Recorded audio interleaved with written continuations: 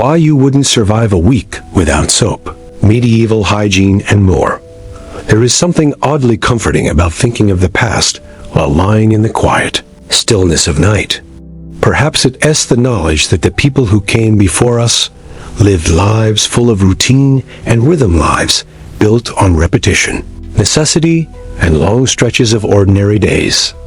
And though the centuries may separate us, the yearning to be clean, to feel refreshed, and to belong within a social world governed by silent expectations, that longing is a thread that winds quietly through time. But how often do we stop to ask, what did they smell like? How did they wash? We're doing something far gentler, and in some ways, much more intimate. We're wandering into the daily lives of people you've never heard of, whose names were never recorded, the careful brushing of long hair at dusk, and the makeshift wooden tubs filled on wash day with rainwater and herbs. Into the washrooms that were rarely private, into bathhouses that once echoed with laughter and gossip, and into the dark alleyways where a passing chamber pot might splatter near your boots if you weren't careful. A monk, a knight, a peasant woman, and a plague doctor, each wrestling, in their own way, with the hygiene of their time. Their lives were vastly different, and yet somehow they all shared a similar relationship to water, to dirt, and to the human body itself. This world was not devoid of comfort. It simply measured comfort differently than we do today. Details will unfold like layers of cloth being carefully unwrapped. As the candlelight of memory flickers through these stories, you may find your thoughts beginning to soften, your breathing slowing, your mind drifting gently away from the present. In our first segment, we will imagine what it was like to wake on a straw-filled mattress, your bed shared with others, the faint scent of smoke still clinging to your clothes. These stories are not here to be memorized. They are here to accompany you, like a river of soft narration that carries you through sleep's quiet gateway. If you do stay awake, you'll learn a great deal. But if you don't, that's perfectly fine. This is boring history for sleep, after all. And your only means of freshening up being a basin of cold water and a scratchy linen cloth. We'll walk through a day in that body itching, aching, layered in wool, and we'll see how ordinary people coped with the filth they could not fully avoid. A world where water had to be fetched by hand, and where being clean was never easy, but always desired. And whose stories were not written down, but who shared something very human with you. The struggle to stay clean in a world that made it remarkably hard to do so. What did clean even mean in a time where hot water required firewood and effort, and where scientific knowledge about germs or bacteria simply did not exist? We'll discover archaeological clues buried in old cesspits and privies, quiet evidence of how people tried, in small, deliberate ways, to remain civilized. Their scented rooms, their perfumed handkerchiefs, their silk garments that absorbed the grime of daily life while never being washed. We'll meet the royals who had a groom of the stool, a servant assigned to assist them in the most personal of matters, and the noblewomen who believed that bathing could invite illness, but who spent hours tending to their hair with combs made of ivory and brushes soaked in oils. We'll learn about the strange recipes for rose water and sage rinses, the origins of tooth powder made from crushed bone, and what it meant to purify yourself before entering a church, even if your feet were covered in weeks-old mud. So, get comfortable, settle into your favorite position. Let your hands rest gently by your side. The night is yours, and the past is waiting.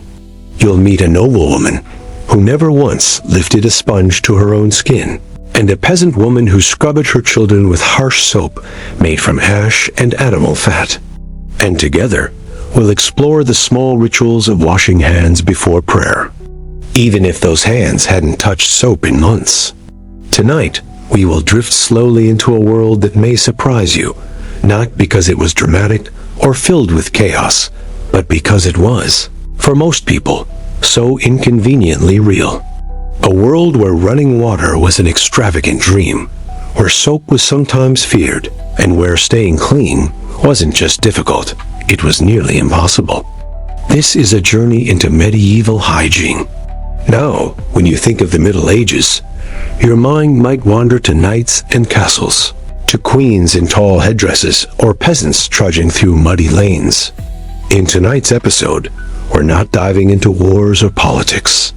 We're not examining great inventions or grand discoveries. You'll meet a monk whose religious life centered on spiritual purity, even as his physical cleanliness slowly gave way to lice and grime. But we'll also uncover beauty, yes, beauty, in the sense of lavender tucked into pockets. Now, we begin our descent, not into anything frightening or loud, but into the quiet corners of medieval life. We'll begin, as all people did in that age, with the start of the day. Then, in our second segment, we'll meet individual souls, real ones, or at least those we can reconstruct. Later in the episode, we'll open the curtain on ancient mysteries and lost rituals. And finally, as we near the edge of sleep, we'll glide into the soft decadence of the elite. There is no rush here. Time will stretch. There is no need to remember everything you hear tonight. So if you're ready, let's begin. Let's step quietly into the stone corridors and straw-strewn homes of a world before showers, before toothbrushes, before flush toilets and modern soaps. Welcome to the story of medieval hygiene. And welcome, as always, to another long and calming night in history. Let us begin not with noise, but with stillness. Before the rooster crowed, before the bells rang out across a fog-swept village, before bread was baked or water drawn, there was that delicate moment of awakening. A flicker of light beyond the wooden shutters. A creak from the timbers above. The soft shuffling of bodies in the bed beside you. For you did not sleep alone. 4, 5, even 6 people huddled close, cloaked in wool and linen, breath misting into the cold morning air. The fire in the hearth burned down to ash hours ago, and the chill seeps up through the floor. The smell of yesterday's stew lingers faintly in the air, mingling with the scent of wool, tallow, and the earthy musk of bodies that have not seen soap in weeks. The practice of changing clothes daily, or even weekly, was not common for most. Your outer tunic may have a few stains, a frayed hem. There, a simple basin of water might sit on a stand, or perhaps rest atop a small wooden table. The water is cold, collected from the well or rain barrel the day before. It has not been heated. No one would waste firewood for that, not unless there was illness in the house. Hair was rarely washed more than once, a month sometimes less. A splash of water to the face, a quick comb if they had one. Often made from animal fat and wood ash, it was saved for laundry or bathing days, not daily use. It could chap the skin, and for many, it was too precious to waste on hands already roughened by labor. Beards were trimmed with knives, rarely shaved clean. Barbers, where available, served multiple purposes: cutting hair, pulling teeth, bloodletting, and on occasion, removing lice. But in the average village, the barber might be 2 towns away, and so most went ungroomed for days, weeks, sometimes seasons. Servants would fetch water in large jugs, carrying them in cold silence from outdoor wells. A line might form in the courtyard for the single hand basin. Your home might have a small basin tucked in the corner, but more often, water would be purchased from a street vendor or fetch it from a public fountain. The wealthy had servants bring jugs to their rooms. The poor shared water, drawn from the same source as the neighborhood pigs. Smelling of sweat was not shameful. It was normal. What mattered was whether your hair was combed, your hands rinsed, your posture upright. Water would be splashed over cupped hands, a shared cloth passed between them, or simply looked at the sky, searching for signs of rain. Then your morning was done. The body, imperfect though it may be, carried you through one more morning, and that, for most, was enough. Just a splash of cold water, a warm cloth, and the quiet decision to face the day. Not clean in the modern sense, but a shared gesture of beginning anew. Cleanliness was relative, and survival did not always allow for luxuries. The cooking pot might still hang over the hearth, with the remnants of yesterday's pottage. You break your fast slowly, seated on a stool or the edge of a bench, wrapped in your cloak. If you're a servant, you may eat standing. If you're a child, you eat after the elders. Always there is a hierarchy, even in eating. What mattered more than removing all dirt was the appearance of order. Smoothed hair, wiped hands, tucked tunic, these were signs of decency, of piety, of self-respect. You comb it gently, not to style, but to remove lice. The combs were often made of bone or wood, with fine teeth carved close together. And yet, even here, the rituals of washing were subdued, private. You did what you could, with what you had. Each stroke slow, meditative. It is a ritual of patience, not vanity. You check for lice at the nape of your neck. A scratch here, a quick pat down there, perhaps a coarse linen cloth nearby, used more for drying than scrubbing. You wipe your hands, your face, maybe behind your ears if you're feeling fastidious.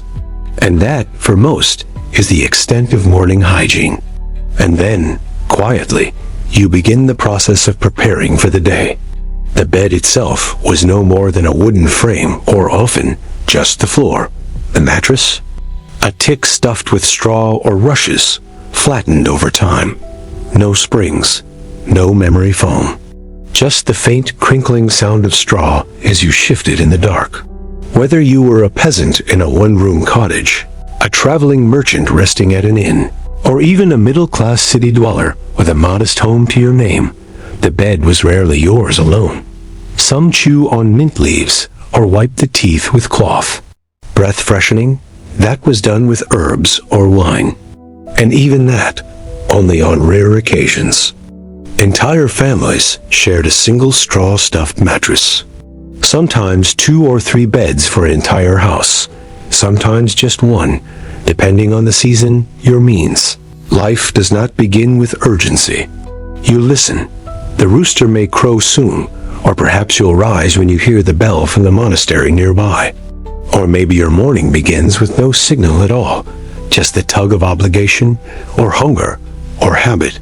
There were no alarm clocks, no buzzing phones. The rhythm of life was dictated by sun and season, bell and body, and the visitors who happened to be passing through.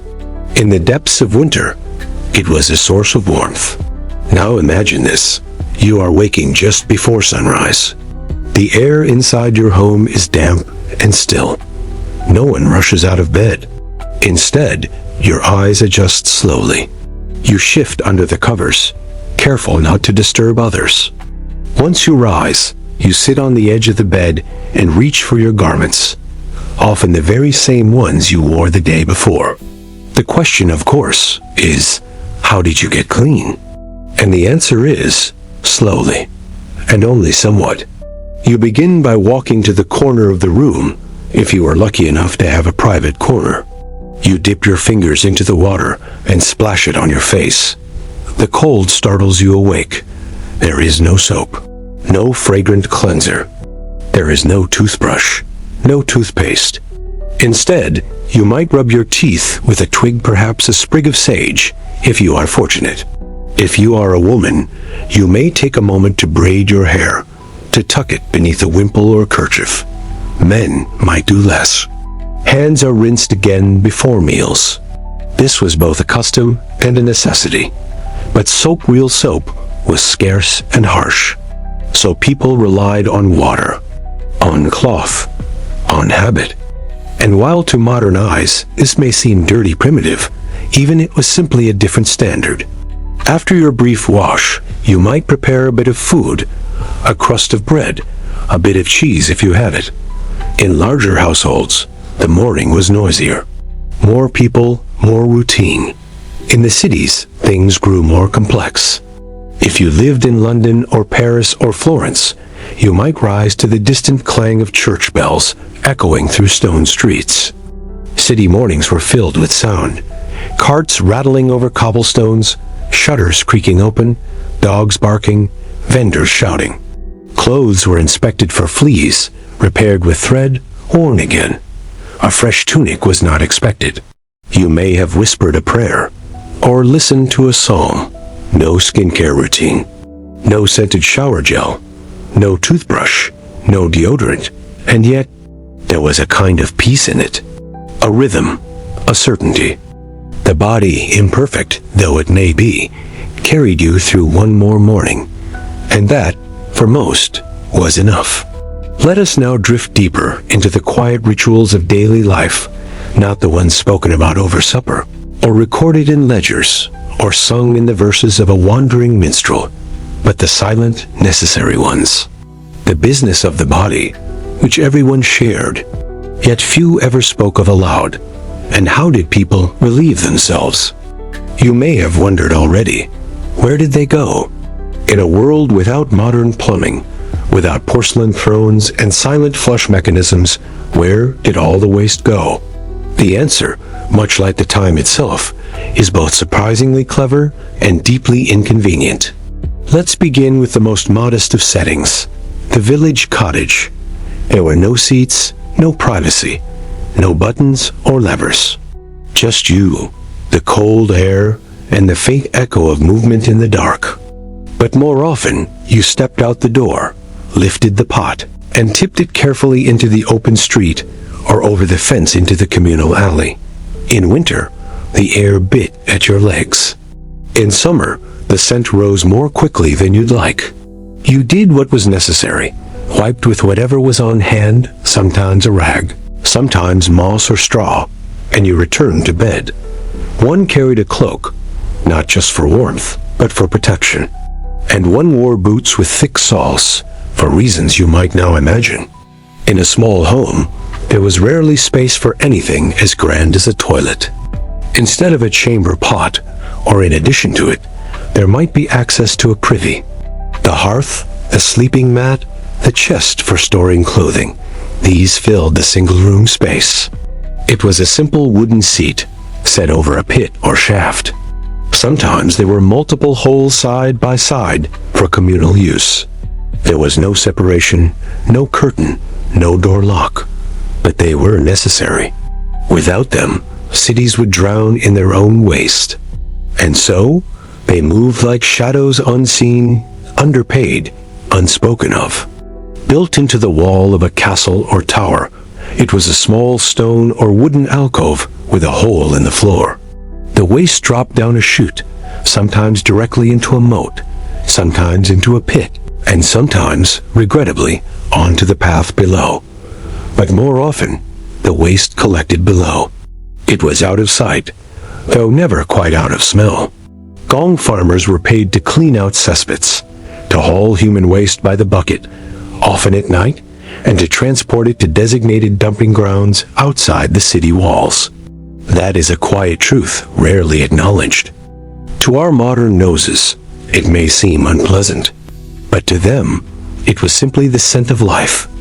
One learned to breathe through it, to adjust, to layer sweet-smelling herbs in one's garments, to hang dried lavender above the door, to burn incense during Mass, all to soften the edges of a world that did not hide its aromas.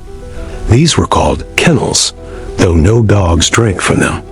Children were warned to avoid them. Merchants kept their wares raised high above them. And yet, they remained. These were more common in monasteries, where monks could relieve themselves while seated on a wooden plank, with the flowing water below carrying everything downstream.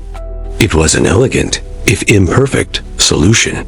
The water did not cleanse entirely, but it did move always, a virtue in an age without sewage. It was an intimate task, one requiring trust, discretion, and a steady hand. A noble's chamber pot might be made of silver, decorated with ornate designs, its contents quickly whisked away by a valet before it could offend. In this, the peasant and the prince were equal. They worked in silence, in the dark, in boots caked with filth. Until then, managing waste was a constant, unpleasant part of existence. The Black Death, when it came, encouraged avoidance of others, especially in confined, damp places. You have returned from the fields, or the market, or the church. You lift your long tunic. You balance carefully. You go quietly. You wipe, perhaps with a rag you will rinse tomorrow. You place the chamber pot back beneath the bed. The fire is dimmed. The sounds outside have faded. And once more, you lie down to sleep. Others had folding screens with cutout seats, placed before a roaring fire for warmth. A few even bathed their chamber pots in rosewater after use. And so, many reverted back to the chamber pot, or worse, the street. Women shared cloths for washing. Herbal rinses were passed among neighbors. And for those who had to carry their chamber pot down 3 flights of stairs each morning, there was quiet pride in doing so before anyone else awoke. Not clean, but it was a system, a rhythm, a ritual all its own, in being discreet, in keeping one's corner clean.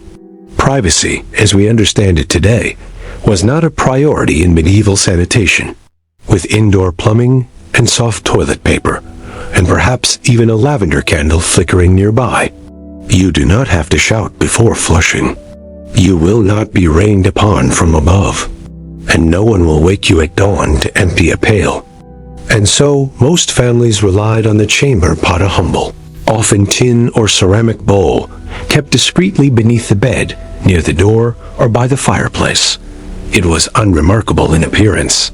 A simple vessel, unadorned, but it served an essential purpose. You would rise in the night, careful not to wake the others, and relieve yourself into the pot. In the morning, the chamber pot had to be emptied. If you were lucky, your cottage sat near a stream or a ditch, where waste could be thrown far enough from the home. The practice, while common, was not without its dangers. In larger towns, people would shout a warning before dumping their waste out the window. A simple cry, "Gardy loo," in parts of Scotland, or "Watch out below," in other regions, was the only thing protecting a passerby from an unpleasant, splattering surprise.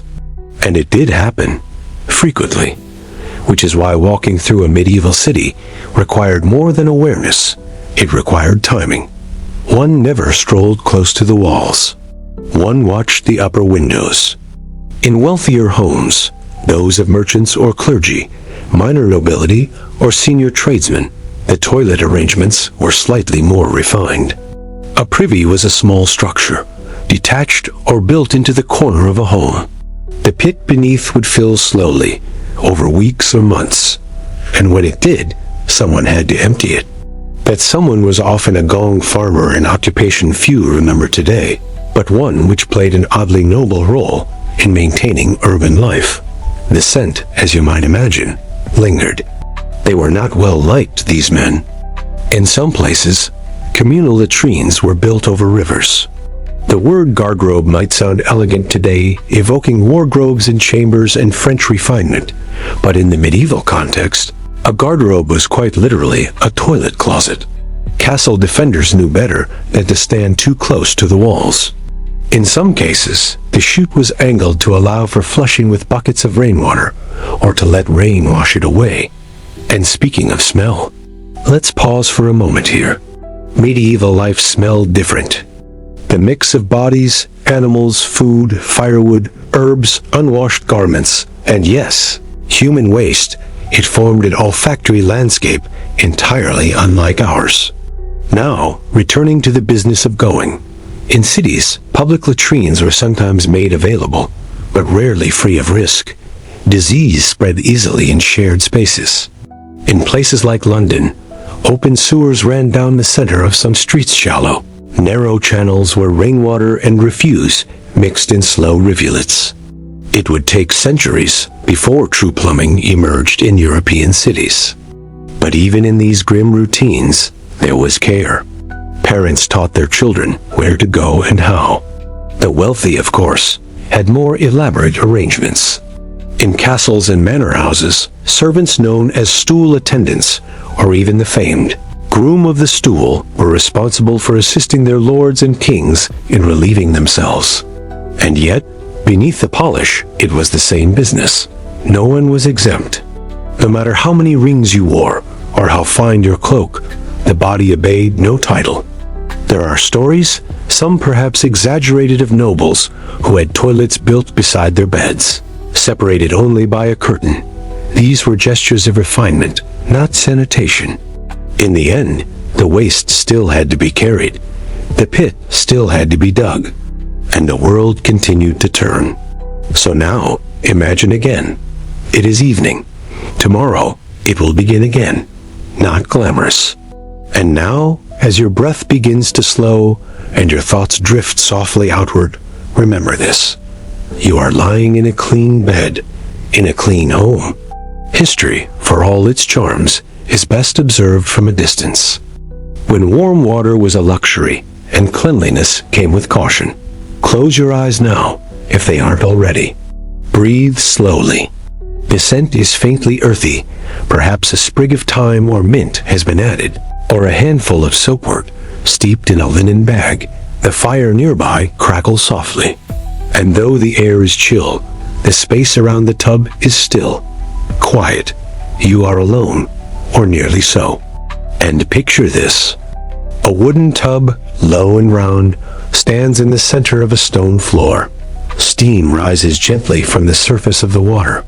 Often, it was linked to religious practices or seasonal rhythms. You might wash more thoroughly before a feast day or a wedding. You might bathe at Easter or Christmas, or perhaps just before Lent as a symbolic renewal. But daily bathing? That was a fantasy reserved for saints or the sick. For just this moment, you are about to do something few in your village have done this week. Bathe. The truth is, in the medieval world, bathing was rare not because people disliked being clean, but because the act of getting clean was laborious, expensive, and at times feared. First, you fetched bucket after bucket from the well or the river. An effort to maintain order in a world where life often felt chaotic and unclean. Then, if the bath was to be warm, you'd need to gather firewood, light the hearth. Bathing, especially with warm water, was thought to weaken the body's defenses, to make you more vulnerable to miasmas, those invisible clouds of bad air believed to cause illness. They cautioned that hot water could unbalance your humors, especially in winter. It could invite fevers. It could bring on chill. It was safer, they said, to remain wrapped in wool and trust in spiritual purity rather than risk bodily vulnerability. Parents first, then children, perhaps even the neighbors if invited. They would dry wash, instead rubbing the skin with cloths, scraping away dirt with blunt blades, or brushing the body with powders made of crushed herbs and chalk. This method was seen as safer, more moderate, and easier to manage when water froze in barrels and firewood grew scarce. It was not a solitary act. A bath attendant, sometimes called a bather or rubber, might assist you, scrubbing your back or bringing more water. You'd soak, chat, doze. The experience could be quite luxurious, especially in cities like Paris, Florence, or Nuremberg. Too much exposure, too much temptation, too much nakedness. These were often wooden buildings with stone or tile floors, built near rivers or heated by fires beneath copper boilers. The baths were shared, social, and, at times, controversial. People feared water more than ever, believing it opened the skin to pestilence. Public baths shuddered. Private baths grew rare. The body, once gently soaked, was now cautiously left alone. It was domestic, communal, and matter-of-fact. The word bathhouse began to carry unsavory connotations in some areas.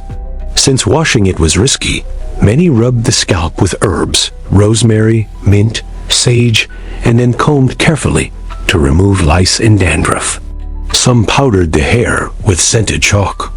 Others wore linen caps at night to protect the head and collect oil. The idea of shampoo as we know it today was centuries away. People were encouraged to bathe less frequently, to focus on spiritual cleanliness instead, to avoid the risk of contagion, and begin the slow process of heating the water in an iron or brass cauldron. Made from animal fat and lye, it could sting the eyes, dry the skin, and leave a faint scent of ash behind. Only wealthier homes might have soft soap or creamier, smoother version, often scented with herbs like sage or chamomile. A bowl of warm water might be brought to the table at dinner. A small wash basin might be placed in the bedroom. Linen towels were hung on pegs. Cones were dipped in oils. Men and women sometimes bathed together, depending on local custom. In other places, they bathed separately or at different times of day. There was often music, food, even ale or wine served at the bathhouse. Some became places of flirtation or quiet rendezvous. Others maintained stricter decorum. But for most, water and scrubbing with linen cloths was enough. One potful at a time, you'd fill the wooden tub. The first few rounds were warmest. The rest grew steadily cooler. Let's start gently with the ordinary folk. For most peasants and working people, bathing meant a once-a-week ritual, if that. And so, a full-body bath was an event, a process. You began by hauling the water, a task that could take hours. And the tub itself? It was often shared. One bath, one set of water, and multiple family members. Soap, when it was used, was harsh. Bathing wasn't just about removing dirt. It was symbolic, a gesture toward decency. But bathing too much? That was risky. You see, in the medieval understanding of health drawn from ancient Greek and Roman, humoral theory open pores were dangerous. There were physicians, serious men with long robes and longer beards, who warned against excessive washing. And so, in colder months, people might go weeks, even months, without a proper bath. In towns and cities, things took a different shape. Here, in the winding alleys and busy markets of medieval Europe, there were public bathhouses. Yes, public baths not so different in concept from Roman thermae or modern spas, though far simpler in construction. You might pay a small fee to enter a few pennies, or a trade of goods, and once inside, you'd find a series of small tubs, benches, and even steam rooms in the wealthier establishments. You would undress, place your garments on a bench or in a basket, and step into the warm water. But not everyone approved. As the centuries passed, the church grew uneasy with the public bathhouses. And so, by the late Middle Ages, many public baths were either shut down or rebranded. Then came the plague. In the 14th century, the Black Death swept across Europe, killing millions. And in its wake, bathing suffered yet another blow. But even then, people did not abandon cleanliness altogether. They adapted. Instead of bathing fully, they began to bathe parts, the hands, the face, the feet. These partial ablutions were safer, they believed, more manageable. Hair, too, received attention. Now, let's return to the bath itself. Imagine again, it is summer now, and you have decided to bathe in the river. The water is cool, gentle, rippling beneath the trees. You disrobe behind a boulder, wading in cautiously. There are others upstream washing clothes, filling jugs. The river serves many roles. It is the bath, the laundromat, the water source. You splash water over your arms, your legs. You let the current carry away the dust of the road. It is not private, but it is peaceful. Some towns discouraged river bathing. Others turned a blind eye. In many places, it was the only option for the poor. And so, riverbanks became the site of cleansing, of laughter, of life. And then, after bathing, came the drying. No fluffy towels here. Just linen cloths, often used and reused. You dab at your skin. Let the sun do the rest. You dress again into the same garments as before, though perhaps you've washed your undertunic as well. Rose petals might be scattered on top. The lord or lady would be assisted into the bath, perhaps seated on a stool within it, to avoid full immersion. A servant might pour warm water over their shoulders, or scrub gently with a cloth. A rare moment of stillness, a kind of quiet reward. Or perhaps you'll bathe tomorrow. You have warm water on demand. You have lavender soap and soft towels. You have privacy and safety and time. You feel fresh, even if the scent of soap has already faded. In noble households, bathing was more elaborate. There, servants would prepare a large wooden tub, sometimes lined with linen or cushioned with straw beneath. Hot water would be poured in from pitchers, and you will sleep gently. Perfumed oils were sometimes added to the water. Bathing was not just for cleanliness, it was a sign of refinement, a ritual of self-care, a mark of wealth. But even among the rich, baths were infrequent. Garments were changed more often than bodies were washed. And scent, whether from herbs, resins, or incense, was the primary tool of hygiene. The idea of smelling good became linked to morality, not just physical care. So now, as your mind grows heavier, consider this. In a world without daily showers, without conditioners or bath bombs, people still yearn to feel clean. They used what they had: herbs, cloth, water, and routine. They respected the body. They feared illness. They built systems to navigate the messiness of life, even if those systems now seem strange to us. And perhaps, in a way, their infrequency made the bath more sacred. You, on the other hand, may have bathed this morning, all of which would have been unimaginable luxuries to your medieval ancestors. So tonight, as you lie there, wrapped in blankets soft and warm, know this: you are clean. You are safe. When garments told the story of your life, and washing them was nearly as hard as living in them. Let us begin with fabric. Imagine you are sitting quietly by a fire, the wool of your tunic warm against your skin, the seams familiar to your fingers. You run your hands along the edge of your sleeve.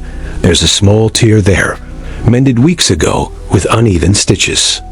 A faint stain below the hem, perhaps from a meal, or the road, or a long-forgotten moment when your hands were too full to protect your clothes. This tunic is not new. It has been with you through months of sun and wind, of work and sleep. You've worn it many days in a row, and you will wear it again tomorrow. And in its folds and threads, you carried both your identity and your burden. For the poor, 1 or 2 complete outfits was typical. A linen shift, a wool tunic, perhaps an overcoat in the colder months. Undergarments were precious, often handmade. For many, they were the only garments ever washed with any frequency. In the medieval world, clothing was not fashion, it was function. It was necessity. It was inheritance. People in the Middle Ages did not own many clothes. This was not laziness or neglect, it was practicality. So garments were brushed, beaten, or simply shaken out. Dirt was a part of life, and clothing, like people, was expected to endure. Linen could be cleaned more easily than wool. It absorbed sweat. It sat closest to the skin. So the linen shift, called a chemise for women or a shirt for men, was the silent, unseen guardian of cleanliness. Nor weekly. In some households, it occurred once a month. You rub, you twist, you beat it against a smooth stone or a wooden board. The rhythm is slow, methodical. You hum, perhaps, or speak quietly with the others. The sound of water, splashing and dripping, is steady and soft. In others, seasonally, it was dictated by need, by weather, by access to water and firewood. It was work backbreaking, knuckle-burning work. No gentle cycles, just hands and water. And later, you smooth them by hand, or if you're among the few who can afford it, you use a mangle board or a stone heated gently by the fire to press out the wrinkles. Professional laundresses, women who knew the best places to draw water, who had recipes for softening linen and whitening cloth. Some used urine, stored in jugs and aged for weeks, as a powerful detergent. Yes, urine. The ammonia broke down oils and dirt. It was unpleasant, but it worked. And patience. The laundry was then beaten with wooden paddles or trampled underfoot in large tubs. Shirts were stacked. Kerchiefs were pressed. Linens were sweetened with herbs and folded between sheets of lavender or rosemary.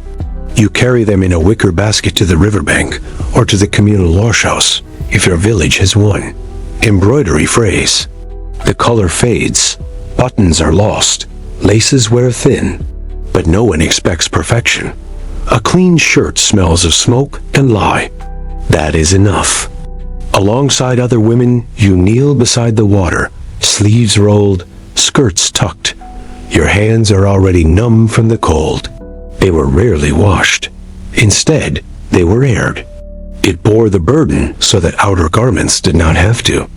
A woman might wear her shift beneath layers of wool, a kirtle, a gown, an apron, perhaps a cloak. A man might wear a shirt beneath his tunic, breeches, and hose. You hang them on hedges, tree branches, or lines strung between poles. The sun dries them. The wind carries away the scent of soap. Each piece layered for warmth, modesty, and utility. And those outer layers, the sun, they believed, could cleanse. The wind could purify. And in a sense, they were right. A good airing could lift odors, shake loose dust, and breathe new life into tired cloth. Yes, aired. Hung near a window, draped over a bush. Laid across a fence in the breeze. Washing wool was risky. Too much water, and it would shrink. Too much soap, and it would fade. Too much scrubbing, and it would unravel. Laundry day, when it came, was an event. It was not a daily task. Let's imagine a washing day now. The sun has risen. You have gathered your linen garments, along with a few cloths, kerchiefs, and perhaps some bedding. You begin by soaking the garments, then scrubbing them with lye soap, a thick, caustic substance made from ashes and animal fat. It bites at your skin. The fabric resists. There are no washing machines here. Once washed, the garments are rinsed in clean water, then wrung out, twisted tightly to release the excess. It is a long day. You return home with damp bundles and sore arms. You lay the garments near the hearth to finish drying. But even after washing, the clothes are never quite spotless. Stains remain: ink, wine, soot, blood. For the wealthy, laundry looked different. They had servants. Others used soap root or fuller's earth, mixing it with water into a paste. And after cleaning came the drying and the folding, with care and precision. The laundry of the rich smelled better, felt softer, but it took just as much labor only. That labor was someone else's. Now let us pause and think about what clothing meant. You see, in medieval society, garments were deeply symbolic. They showed your status, your occupation, your gender, your region, even your morality. A monk's robe, coarse and brown, told of simplicity and devotion. A merchant's doublet, finely stitched, whispered of wealth. A peasant's tunic, patched and plain, spoke of work. And beneath it all the linen shift, clean or not, hidden from view. Cut into bandages, stuffed into cushions, used to line shoes, or burned as kindling in the cold months. Symbolic. It was renewal. Children wore hand-me-downs, sometimes stitched from scraps. A single tunic, slightly too long, served for both night and day. As they grew, the hem was let out or sewn into another shape. Nothing was wasted. And when a garment could be worn no longer, it was repurposed, torn into rags for cleaning. Clothing was never thrown away lightly. It carried memory and warmth and use. Now consider this. When you return from the fields, your sleeves stained with soil and sweat, your clothes became a diary of your labor. The sun is barely visible through the soft mist lingering over the fields. Inside a thick-walled dormitory, where narrow beds stretch in a quiet row, a man stirs. When you arrived at Mass, you smoothed your tunic, not because it was new, but because it was yours, and it had seen you through. Washing, when it happened, was not just physical, it was emotional. Nor is he a famous scholar or a keeper of relics. He is a monk, one of many. His life is one of obedience, humility, and rhythm. A day spent not in variety, but in sacred repetition. The rule of Saint Benedict governs every moment, every gesture. Cleanliness, too, has its place, but it comes not from vanity, nor even from health. It is an act of order, of submission, of alignment with divine will. Even if the water was murky, the soap abrasive, the air cold, still you bathed your garments, still you tried. It reminds the monk that his body is not his own, that his time, his limbs, his very breath belong to God. A row of seats made from wood or stone, each with a simple opening. There are no stalls, no divisions. Modesty as we know it is not the priority here. Only function, only simplicity. His blanket is wool, his bed simple, his pillow a folded cloth. He wears the same habit he wore yesterday. It is brown, made of coarse wool, heavy in winter, hot in summer, but he doesn't complain. And now, here you are lying beneath clean sheets, in a room quiet and still. It is not a private place. It is open, quiet, and exposed to the wind on one side. A stone basin, long and narrow, runs along the wall. Above it, spouts carved like lion heads or simple wooden taps pour forth water, drawn from a cistern or channeled by hand from nearby springs. You have drawers filled with garments, freshly laundered, folded, and fragrant. Your shirt is soft, your pajamas warm. You do not fear moths or mildew. Your laundry machine hums gently in the corner of your home. You are clean. You are cared for. And no one will ask you to beat your clothes on a stone tomorrow morning. So as you drift, think of those who walked before you, wrapped in wool, stitched into linen. Their clothes held their stories, their struggles, their softness. Soap in the monastery is for laundry or for the care of the sick. The monks cleanse with water alone morning and evening, before meals, and always before entering the church. And you, in your own way, carry that thread too. Sleep well. A life of silence, ritual, and a very careful balance between spiritual purity and earthly grime. Imagine the sound of bells. Not loud, not jarring, just a low, mellow toll rolling gently across a dewy morning. It echoes across stone cloisters and tiled roofs. The birds have not yet grown noisy. His name is Brother John. He is not a priest. Not yet. He wakes before the first light roused, not by choice, but by the call to matins, the first prayer of the canonical hours. There is no time for lingering. He rises. The dormitory is silent. Speech is reserved and rarely permitted. Brother John steps from his bed, feet bare on the cold flagstones, and makes his way to the lavatorium, the washroom shared by the monks, often attached to the cloister walk. This is where the monks wash. He rolls up his sleeves. The water is cold, always cold. He cups his hands, rinses his face. The splashing is gentle.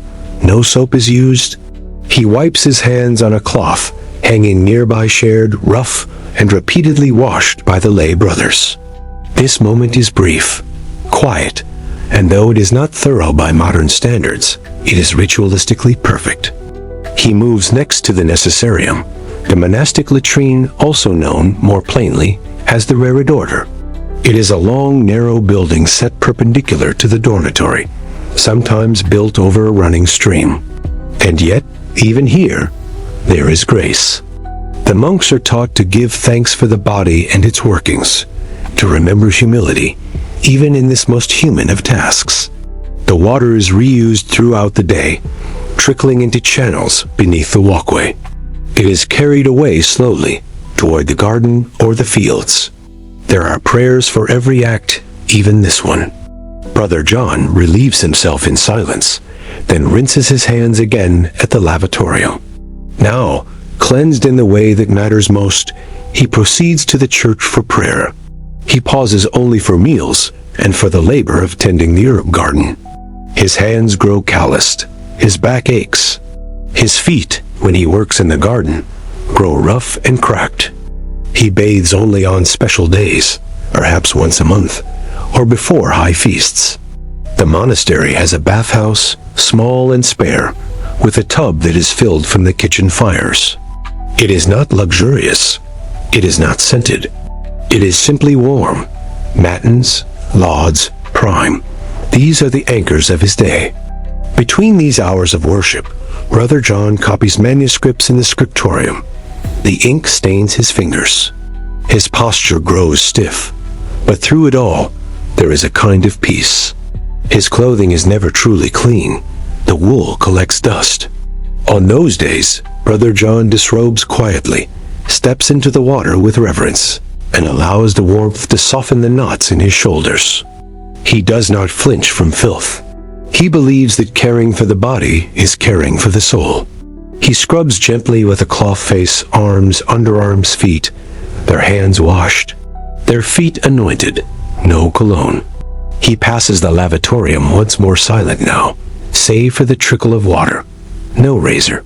The stone is cool, worn by decades of hands like his, thousands of washings, a million silent gestures.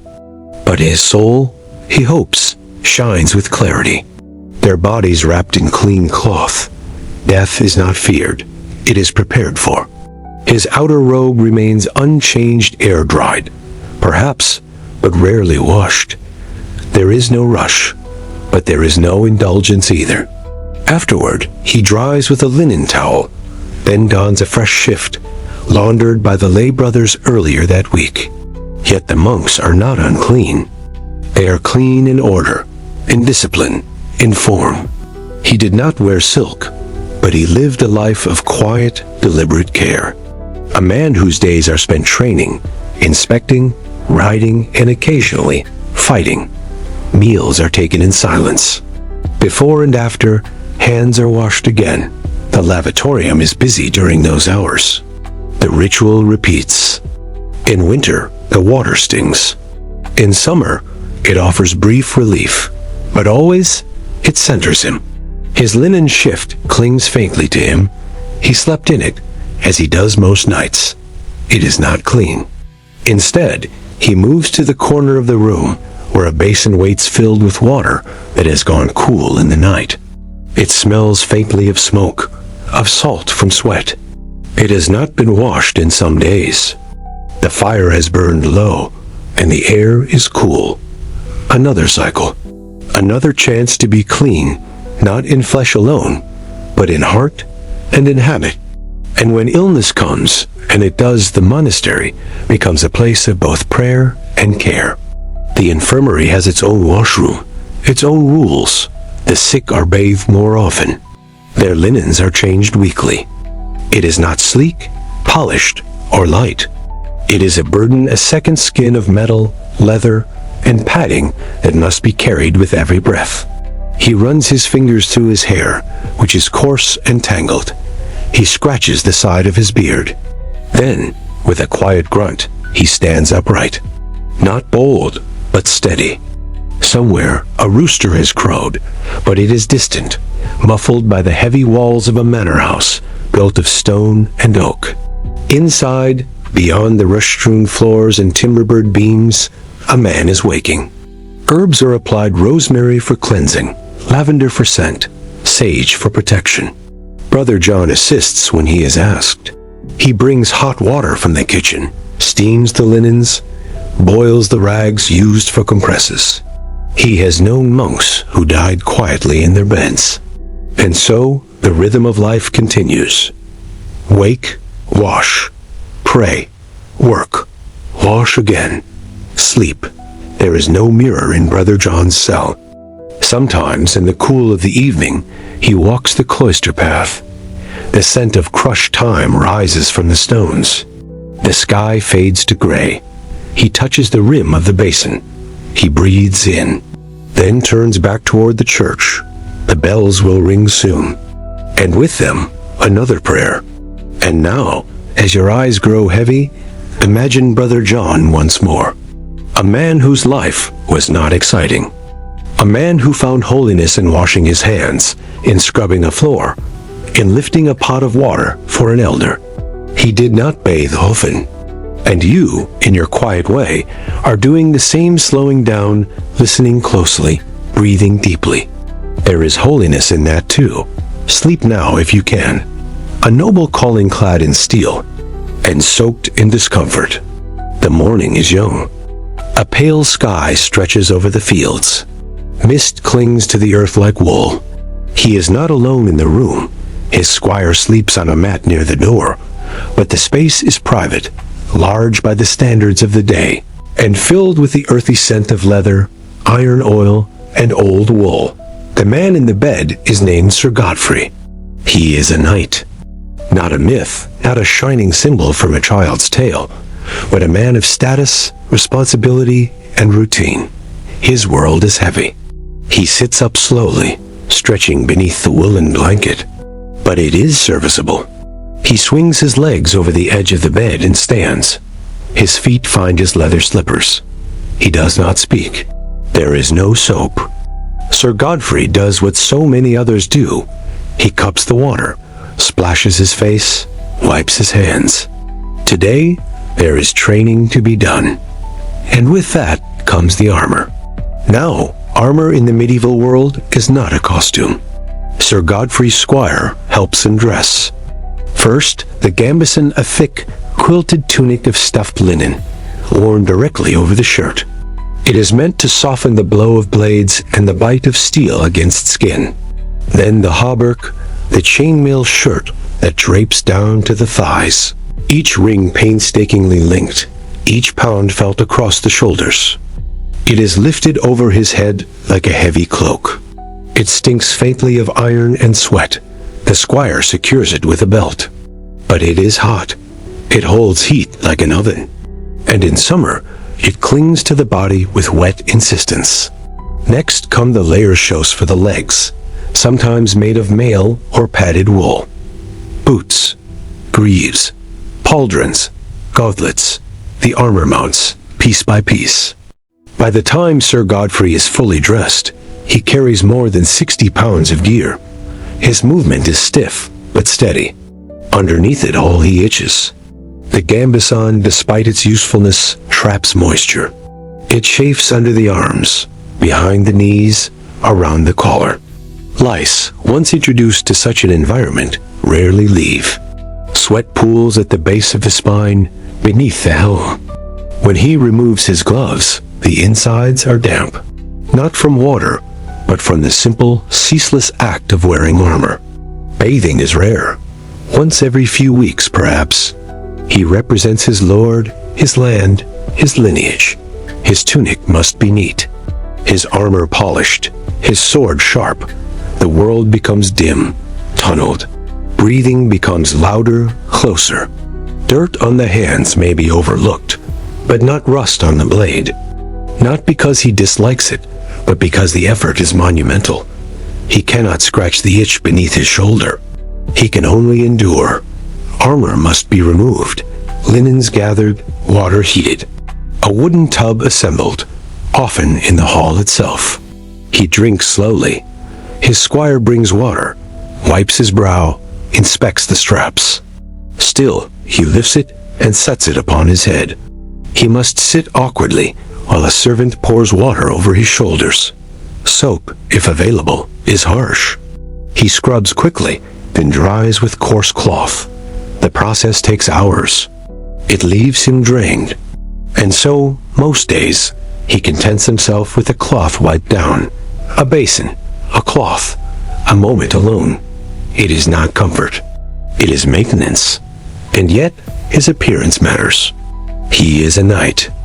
The gambeson peels away like old bark from a tree. His tunic clings to his skin. Steam rises from his back. Sir Godfrey inspects his helmet. The visor is dented from training. He runs a cloth over the inside. It smells of iron, of old breath. Vision narrows. No bath, just relief. He is ready. Training begins in the yard-long hours of sword drills, lance practice, horseback work. The sun rises high. His body sweats beneath the layers. Lunch is brief bread, meat, ale. He removes his gauntlets to eat, revealing hands red with heat and rubbed raw at the knuckles. He nods and resumes. Feel how freely you move, how easily you shift in your sleep. By afternoon, the armor feels twice as heavy. His gambeson is soaked, his hair clings to his face, the itch is constant. Quietly, from beneath his visor, he is tired. But he will not show it. For to be a knight is to be seen and to be judged not by comfort, but by composure. Only at dusk does he return to his chamber. You may dry your skin with a soft towel. You may breathe deeply and move without ache. There, the squire helps him undress. Piece by piece, the armor comes off. The mail hisses faintly as it drops. He stands, silent, catching his breath. The basin is refilled. He washes again face, arms, feet. The linens are hung to dry.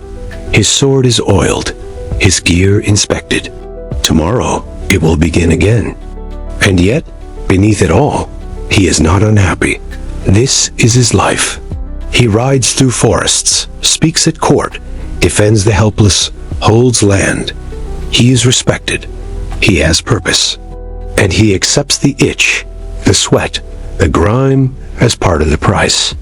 Sometimes he dreams of rivers, of swimming unburdened, of feeling water run across his skin, of diving deep, weightless, clean.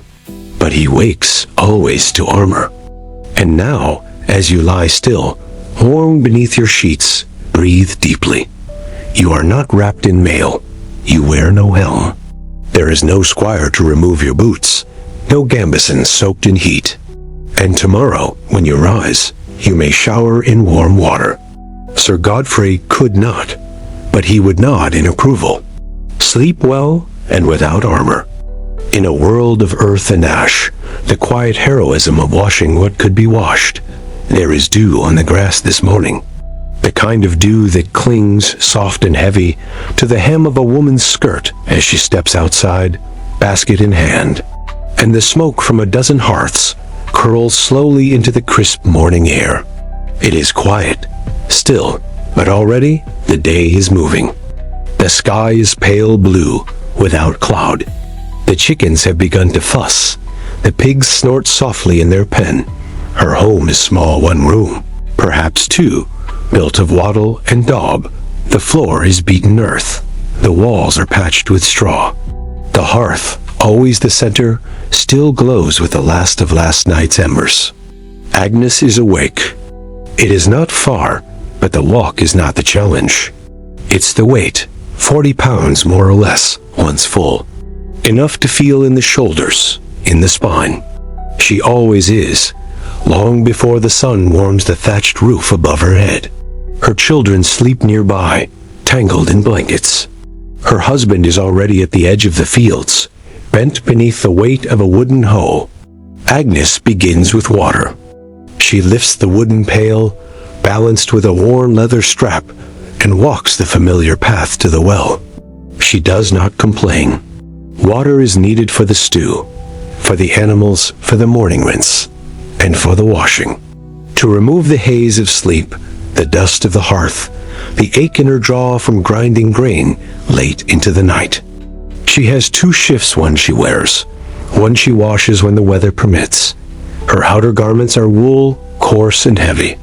Her apron is stained from ash and milk and the bits of food that pass from hand to mouth. She makes a note to wash them today, if time allows. Her shoes are little more than leather wraps, worn thin from years of walking the same soil. Agnes does not own a wardrobe. She rakes out the ashes from the fire, careful not to inhale too much dust. She places the soiled linens in a wooden tub, pours in hot water from the pot hanging over the flames, and adds a handful of soapwort and herb she gathered 2 weeks prior. She begins by cleaning her hands. Not with soap, though. She does know how to make it, when fat and lye are available, but with water and friction, rubbing palms against palms, wiping them on her apron. She splashes water on her face, not to refresh, but to reset. There is no mirror. There is no perfume. Her hair is braided tightly, pinned back beneath a linen coif to keep out lice and straw. This is not vanity. It is function. The baby stirs. Agnes scoops him up, swaying gently on her heels. His nose is stuffy. He has soiled his cloths again. And then, with one child on her hip and the others now sitting, rubbing their eyes, she begins the work. The battle with dirt is constant. She sweeps the floor with a broom of tied twigs. The cloth is rough. The stains are stubborn. She kneels. She scrubs. One hand, then the other. Elbows steady. Shoulders tight. Agnes knows every kind of stain. Milk. The rags she used during her last monthly bleeding have been rinsed and hung outside. No one speaks of it, but every woman knows. Mud. To stir the pot of stew. To collect the eggs, always careful not to step in what the hens leave behind. Blood. She has seen it all. The birth cloths from last spring still hang in the rafters, now dry and grayed. The water is cold. It smells faintly of moss. She bathes in parts arms, legs, neck. The children laugh as they splash beside her. Her husband washes only when necessary. His skin is cracked from the sun. His hair thick with dust. There is no privacy. There is only managing. Agnes teaches her eldest daughter to fold the clean cloths. Cleanliness, in this world, is not purity. It is simply making room for life to continue. Bathing? That is a luxury. Agnes bathes in a wooden tub when the sun is high and the wind is warm, and no visitors are expected. She carries her children to the church, hands clean, faces wiped, hair tucked away. But Agnes finds peace in rinsing away the day, even just a little. She braids her hair again, smooths her apron, and moves on. There are moments, though, when the dirt becomes unbearable. After a birth, after a burial, after sickness has passed through the home and left its scent clinging to the linens and the walls. Then she scrubs harder, oils the cloths, beats the blankets against the rocks by the stream, scours the floor with sand. These are her moments of control, of reclamation.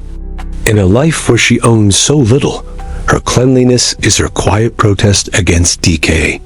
On Sundays, she wears her best still stained, still worn, but pressed as flat as she can manage. And she prays, scrub it hundreds of stains, drawn water from the well 1,000 times. Not for wealth, not for rest. The way she rinsed a child's face without a word. The way she stood again and again in the doorway of her cottage, water pail in hand, ready to do what must be done. But for strength. At night, when the fire has gone low and the children sleep, and her husband's snores echo softly against the beams, Agnes sometimes looks at her hands. They are lined, rough, strong. Doors are shut, windows barred. The air carries no music, no laughter, only a weight. A waiting. They have washed hundreds of rags. They are not clean by modern standards. With cries at night, and then the silence, the absence. But they are clean enough for this life. And now, as you lie still, in a bed with clean sheets, perhaps the scent of soap still lingering faintly on your skin, think of Agnes, of the quiet dignity in her care. For in a time when science had no name for bacteria or virus, people reached for what they knew, of the way she folded cloth as if it mattered. You do not need to remember her name, but remember the feel of her world, the weight, the rhythm, the patience. And in doing so, may you sleep, communal spaces where people bathed, socialized, and even conducted business. It was whispered that those who bathed too often were the first to fall ill. And so, across cities and hamlets alike, water began to recede from daily life. Men and women entered at separate hours, or sometimes together, depending on custom. They removed their garments, sat in warm water, and breathed the sweet scent of herbs and soap. When water became a risk, and the scent of herbs replaced the sound of washing, the year is 1348. The village is quiet. She wears a sachet of dried lavender around her neck. Her gowns are not washed. Instead, they are hung in the sun, sprinkled with vinegar. She brushes her skin with cloth, but does not wet it. The streets, once filled with cartwheels, clattering over cobblestone, and the gentle hum of market stalls, are still now. You are inside, sitting, listening, because something has come. Something no one understands, though the signs are everywhere. It started with fever, with sweat that would not cool, and swelling that rose along the neck and under the arms, with dark patches on the skin. The Black Death had arrived, and with it came a transformation in how people thought about cleanliness, not immediately. Not all at once, but gradually and thoroughly. They looked to the air. Bad air, miasma. That was the theory, the belief that illness traveled on foul scents, through invisible clouds that lingered near bodies, near filth, near anything. Whack. Water, once thought to refresh and renew, became suspect. Before the plague, in certain towns and cities, public bathhouses had flourished. But when the plague came, bathhouses grew quiet. Steam, once soothing, was feared. People said warm water opened the pores, made the body vulnerable, allowed the sickness to slip inside, not all at once, but steadily. You might imagine a noble woman once, bathed with the help of handmaidens, once scented with rose water, her linen shifted weekly, her hands rinsed before every meal. Now she closes her door. She burns herbs in a brazier, rosemary, sage, thyme. She fears the bath now, and in her fear, she is not alone. A merchant in the city does the same. He once bathed every fortnight, pouring buckets over his shoulders in the courtyard, rinsing the grime of travel and trade. Now he scrapes his skin with blunt knives, avoiding even a splash of water near his open pores. He carries pomander's metal spheres filled with spices to sniff as he walks the market. He avoids those who stink, yes, but also those who are too clean. For peasants, bathing was already rare, already cautious. But now, even the ritual of foot washing before bed fades. For it is said that freshness draws sickness, that the plague follows steam. In the countryside, things shift more slowly. Water is always drawn from wells, from rivers, from springs. Instead, more time is spent hanging herbs above the hearth, rubbing vinegar into the wrists, fumigating clothes by laying them over burning branches of pine or wormwood. The idea of cleanliness becomes no longer tactile, but aromatic. To smell clean is to be clean. Masks with beaked noses, stuffed with perfumes to filter the air. They moved stiffly through the streets, more symbol than cure. To avoid water is to protect oneself. Doctors, such as they were, dressed in long robes. Gloves. Fires were burned in the street to cleanse the air, and still the people died. Water, once freely flowing from fountains and aqueducts, was watched more carefully, one by one, row by row. And yet, in the midst of fear, there were efforts to restore order. The monks, though afraid, carried on. And always, afterward, the person was wrapped in wool, dried completely, and protected from any cold breeze. In cities, sanitation laws emerged. Waste was to be carted away weekly. Latrines cleaned, rotten meat burned. Bathhouses, once centers of civic life, were closed or strictly regulated. In many places, public washing was forbidden during outbreaks. Families were told to remain indoors. Some believed in bloodletting, others in prayer. But few believed in water. There are exceptions. In monasteries, where order still reigned, the sick were bathed gently by novices. Their linens boiled, their bodies wrapped in warm towels. Less frequent. Others limited it to the ill, the elderly, or the very wealthy. Their basins, their dry scrubbings. More controversial. In certain noble households, private baths returned, now with heated herbs added to the water. Chamomile, mint, wormwood. It was a balance. Clean, but not too clean. Exposed, but not vulnerable. Always hovering between ritual and superstition. When the plague passed, as it finally did, it left more than graves. Linen, once rough, was treasured when freshly pressed. Windows were opened to let in clean air. Sunlight was praised. Shadow feared. It left habits. Habits of fear, of caution, of new rules. Bathing, once a shared ritual, became more private. In the generations that followed, some cultures abandoned public washing entirely. The poor returned to their cloths, and the scent of vinegar lingered. But the people did not forget the need for cleanliness. They just found new ways to define it. Herbs became sacred.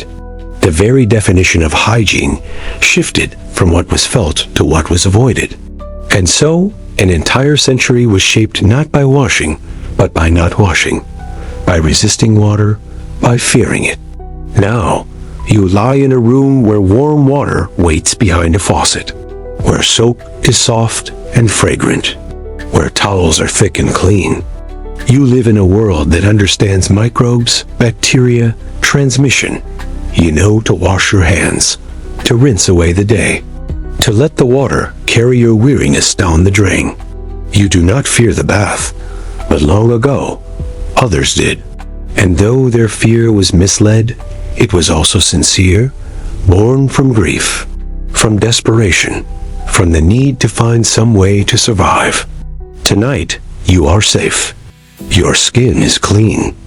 Your room is still. Let the memory of them, not their illness, but their longing for safety, carry you now into sleep. So why did it all fade? Why did the bathhouse, once beloved, begin to close? The answer lies in shifting beliefs and fear. As we saw earlier, the arrival of the Black Death brought suspicion. Steam, once soothing, was now suspect. It was said to open the pores, to make the body vulnerable to plague. Bathhouses, often humid, crowded, were seen as dangerous. Breeding grounds, places where sickness might hover unseen in the mist. The church, too, grew uneasy. Bathing naked among others, even for health, was frowned upon. Mixed gender bathing especially. Sermons spoke of modesty, of restraint. Better to sweat through wool than to tempt the flesh. In some cities, bathhouses were shut down altogether. Some lingered on, run by widows or physicians, but their glow dimmed. In others, they changed form, becoming barbershops, inns, or storerooms, and soon the ritual faded. People returned to washing at home. Basins, cloths, buckets by the fire. The communal bath became a memory, a story, a whisper. The Russian banya, the Finnish sauna. All these carried the spirit of the medieval bathhouse forward, and the buildings left behind crumbled. But not all was lost. In Eastern Europe, Russia, and parts of the Islamic world, communal bathing persisted, evolved, even thrived. The Turkish hammam, steam, community, cleansing. Elsewhere, it would take centuries and the advent of indoor plumbing before the joy of bathing would return to daily life. So now, as you lie still, in your own warm home, perhaps the scent of soap still on your skin, imagine that long ago bathhouse. The flickering candles. It was sometimes scandalous, sometimes flawed. The sound of dripping water, the hush of voices. The comfort of being surrounded, not in solitude, but in shared stillness. The bathhouse was not perfect. But for many, for centuries, it was a place of restoration.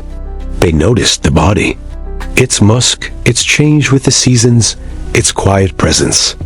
A place where, for a few coins and a little time, you could be made whole again. And perhaps, in some quiet part of you, the idea still lingers, not just to be clean, but to feel bathed, the gentle arts of smelling better, when bathing wasn't an option. There is no tub, there is no time, but you reach for something small, a sachet of dried herbs, tied in linen. Inside, crushed lavender, ground clove, rosemary, a pinch of cinnamon bark. You dab it along your neck, your wrists, behind your ears. The scent is faint, but it is yours.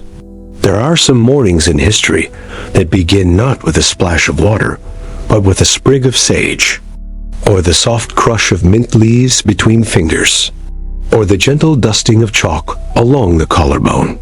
Long before store shelves offered neatly bottled hygiene solutions, long before fragrances came in crystal vials with golden nozzles, people still noticed scent. Men tucked them into belts. Priests wore them around the neck. Children had them tied to their cribs. These pomanders, the medieval equivalent of a portable air freshener, could be simple cloth, or, in wealthy circles, ornate silver globes suspended from chains. But they shared something universal, the desire to be less offensive, more fresh, and in certain cases, more holy. They did not expect the body to be sterile, but they did care to make it more bearable, and sometimes even pleasant. Let us begin at the pulse point. It was prized for perfuming linen. Their fragrance did not overwhelm, it simply softened what was already there. Your wrist. It is morning, and you are not ready to bathe. And for the rest of the day, it lingers. That was one form of medieval deodorant. The Middle Ages held a quiet treasure trove of natural hygiene hacks. They were not standardized. They were not uniform across regions. Let us explore them gently, one by one. Herbs and aromatic pouches. Perhaps the most common method of managing scent was the herbal sachet. Women sewed tiny cloth pouches and filled them with dried leaves and flowers. What did they contain? Lavender, calming, insect repellent, lightly floral. Rosemary, cleansing, sacred, sharp in scent. Thyme and sage, protective, earthy, thought to prevent disease. Cinnamon, cloves, and nutmeg, warming, spicy, and often imported, used sparingly, but with reverence. Mugwort and rue, slightly bitter, believed to ward off evil spirits. Some even used orris root, a powder made from the dried rhizomes of the iris flower, which gave a scent not unlike modern violet. The sachets were tucked into clothing folds, hidden in sleeves, pressed into undergarments. Dusting powders and body chalks. For those who could not bathe most people, most of the time the next best method was dusting. Chalk, crushed into fine powder and blended with herbs or even crushed dried roses, could be brushed along the skin to absorb sweat and reduce odor. Wealthy women dusted their feet before slipping into tight leather shoes. Knights might dust their gambeson before donning armor, not for appearance, but to absorb the heat and scent of their own efforts. This practice was so widespread that bath attendants in urban bathhouses often sold their own blend of cleaning powder for patrons to take home. These powders were stored in little boxes, carved from wood or horn, sometimes with a puff made of wool. Rinses, oils, and vinegars. When water was used, it was rarely just plain. People made herbal rinses a kind of early body tonic. A basin of water might be infused with steeped herbs. You would dip a cloth in the water and wipe your face, neck, arms. The water could be warm or cold, depending on the season and what was believed to be medically appropriate. Some common rinses included vinegar water, believed to be antiseptic and protective, especially after visiting public spaces. Rose water, cooling, gently fragrant, used by nobility to freshen hands and faces. Sage and salt water, used to rinse underarms or feet, especially during long travels. Then there were oils. Applied lightly to the skin, they gave a pleasant scent, soothed dry patches, and helped mask stronger bodily odors. Unlike modern skin oils, these were often simple infusions, olive oil or tallow mixed with rosemary, lavender, or thyme. Even without soap, a rinse and rub down with scented oil could leave one feeling renewed. Tooth cleaning and mouth-freshening teeth were rarely brushed with bristles in the medieval world, but they were not forgotten. People chewed twigs from aromatic trees like licorice root, birch, or hazel. They scraped their teeth with small knives. They rubbed crushed charcoal, chalk, or salt into their gums using a cloth or finger. A mixture of crushed mint leaves and vinegar could be swished as a mouth rinse. Some physicians recommended wine infused with sage as a mouth cleanser.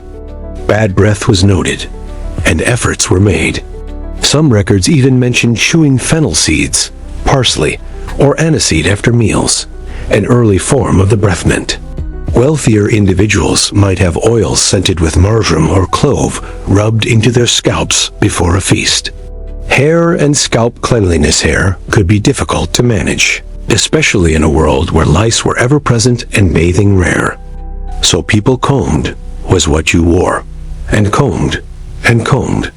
These were washed weekly if possible, sometimes boiled, sometimes beaten in rivers. And the cleaner they were, the cleaner you were assumed to be. Fine-toothed combs, carved from boxwood or bone, were used daily, sometimes several times a day, not only to neaten hair, but to remove lice, dirt, and oil. Women perfumed their hair by braiding herbs into their locks, or weaving small sachets into coiled buns. Dry shampoos of ground iris root or starch were occasionally applied to wigs or hairpieces. Yes, even in the Middle Ages. And washing? When it did occur, a rinse of eggs in vinegar or beer and sage might be applied. Not often, but thoughtfully. Clothing, the true barrier. And perhaps the most important part of staying clean. Linen undergarments, changed more often than outer clothes, absorbed most of the body's oils and odors. But her breath smells faintly of sage, and her skin is soft with oil pressed from rosemary and lard. People didn't expect the body to be pristine. But if your linens were fresh, if your shift smelled faintly of rosemary, if your kerchief was sun-dried, then you were doing well. Clean by air and light. Lastly, medieval people understood the cleansing power of air. Garments were aired out, hung on lines, laid on bushes, left in sunlight to absorb freshness. Rooms were aired, blankets shaken, shoes turned out. Sunlight was seen as purifying. Wind, too. And so, even in homes without plumbing or soap, people developed routines to freshen their lives using the elements. And the scent of cleanliness, though different than ours, filled the air in its own way. Now, imagine a woman standing in the morning sun, brushing out her cloak with a bundle of herbs. Her hands are dry. Her shoulders are tired. They lived in it, without filters, without fans, without fragrance counters. She is not clean, perhaps in the modern sense, but she is cared for. She has done what she can. And that, in the Middle Ages, was enough. So tonight, as you rest, remember this. Cleanliness is not only about soap and water. It is about intention, about ritual, about the quiet effort to soften the day's rough edges. The Middle Ages did not ignore the body. They simply knew it more intimately. And yet they dusted, they rinsed, they perfumed, they tried, just like you. Sleep well and softly scented in memory. Let us now lower the lantern and step into a quieter, stranger corner of medieval hygiene, one not quite about washing, but about scraping, plucking, pulling, and purging. Not in the comfort of your own home, but often in a chair, beneath the tools of someone who was, by profession, part barber, and part something else entirely. It's time to visit the men with the razors. Where cleanliness met discomfort, and pain was a path to purification. On the table, a basin of water glimmers faintly. Beside it, a cloth, a set of shears, a small, sharp knife, a slender pair of tongs, a brush made from hog's hair, a jar of ash, and a dark bottle corked with beeswax, but for something else. The room is small, warm, and smells faintly of iron and clothes. A little window lets in the light, hazy from the smoke of nearby fires. You're in the barber's room, and you're here, not for a shave, perhaps a bad tooth, perhaps a boil, perhaps something swelling just beneath the skin. A pole painted red and white. A barber pole, symbol of blood and bandage.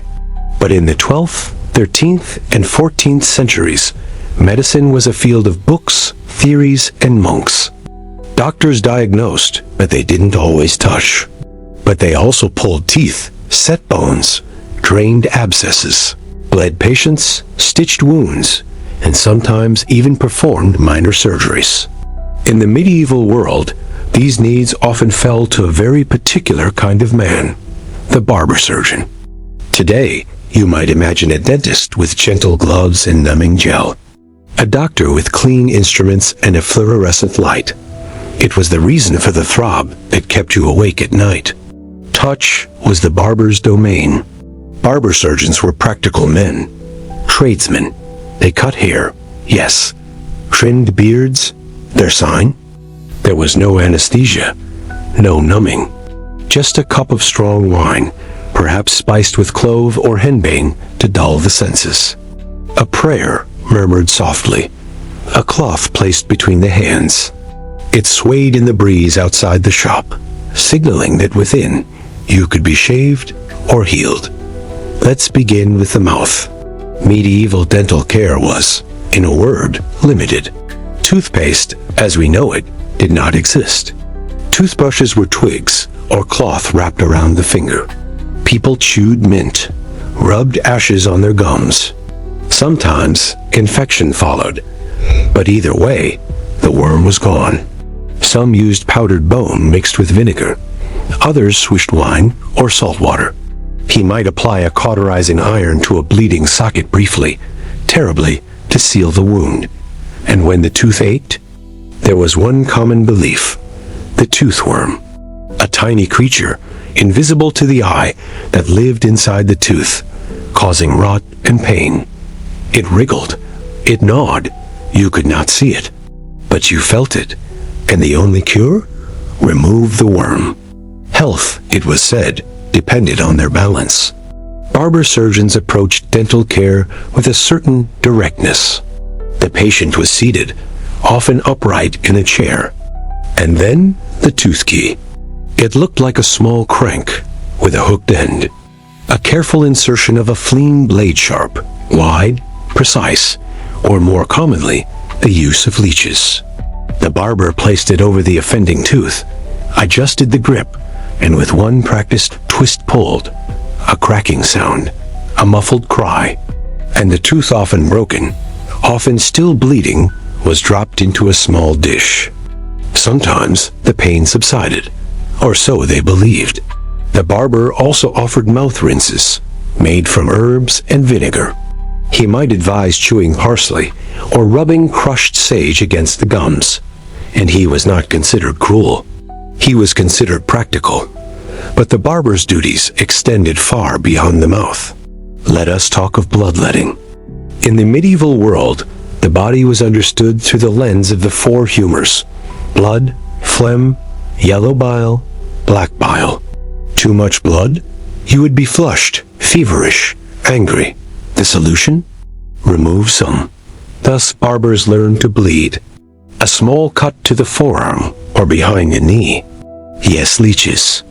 Stored in jars of cool water, fed on scraps of liver, they were placed behind the ears, along the neck, or even beneath the tongue. They drank slowly, silently. It was believed they drew out bad blood, and in doing so, cleansed the body.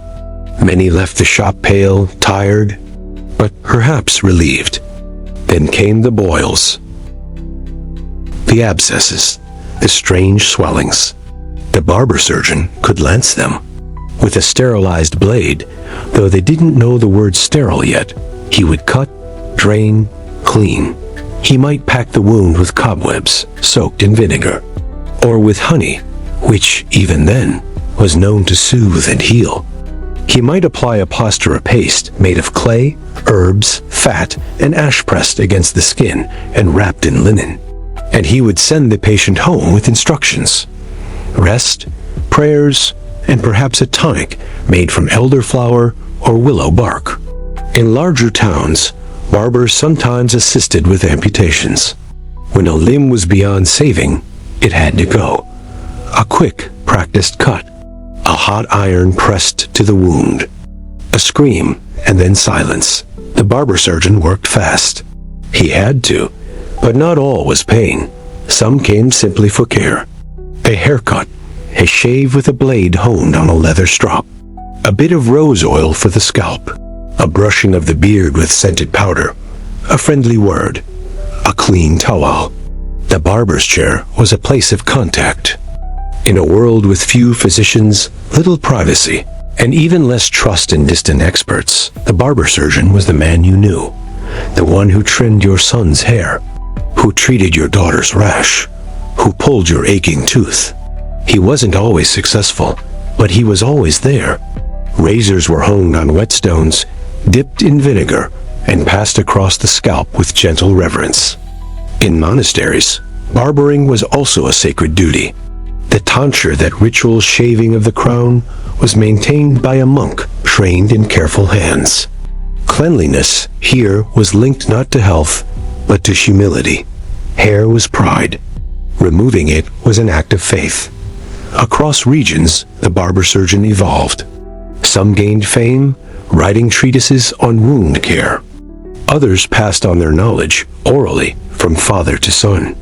A few kept books, recipes for poultices, diagrams of teeth, lists of herbs, and their uses.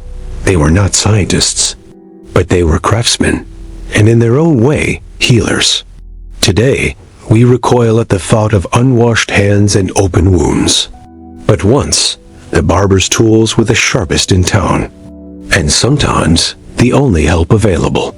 So now, as you lie safe in bed, perhaps with a toothbrush nearby, a dentist a phone call away, remember those who came before, the ones who stitched by candlelight, who twisted out teeth with a key, who held a razor in one hand and a prayer in the other, and who tried, in the best way they knew, to keep the body whole.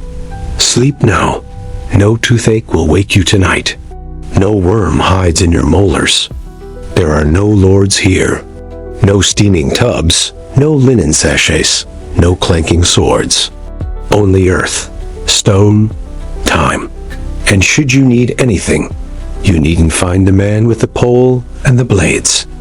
Only your pillow, your breath, and this gentle remembering. Now we arrive at the quietest corner of this journey. In this final portion of segment 3, we do not hear stories told, but we uncover stories left behind. Let us settle in for, in cesspits and latrines, midden heaps and sewer channels, the silent legacy of how people tried to stay clean. A history that was never written, but layered gently, year by year, in discarded onion skins, chicken bones, shattered jars, and ash. Imagine standing in a field. It is quiet. The grass bends with the breeze. Nothing stirs beneath your feet, just soil, stones, perhaps a fragment of pottery poking from the earth like a whisper. These cesspits were lined with stone or timber and used year after year as places to dispose not only of human waste, but food scraps, ash, broken pottery, spoiled cloth, bones, and anything no longer wanted. But a few feet below you, just under the surface, lies a record. This is not the history of kings. This is the archaeology of the ordinary. And in the medieval world, one of the richest and most unexpected sources of information about hygiene comes from what people left behind. Not their buildings, not their weapons, but their waste. Let us begin with the cesspit. In towns and cities, where space was tight and toilets were simple. Most homes had a small pit either out back, beneath a wooden seat, or in a shared yard. They were dark, wet, and in time sealed, and then forgotten. Until centuries later, when archaeologists lifted the stone covers and looked inside, and found everything. What they discovered was not just filth, it was life. In a single cesspit behind a 13th century London house, researchers found fruit pits from plums, cherries, and apples showing diet. Fish bones from herring and eel foods, once considered everyday staples.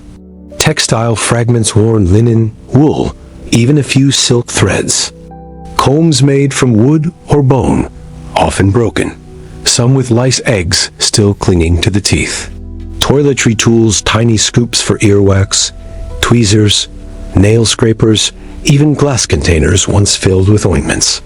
All discarded, all buried, and perfectly preserved by the cool, moist earth. These humble items tell us how people tried to stay clean. A comb in a cesspit suggests routine grooming, even if the lice won.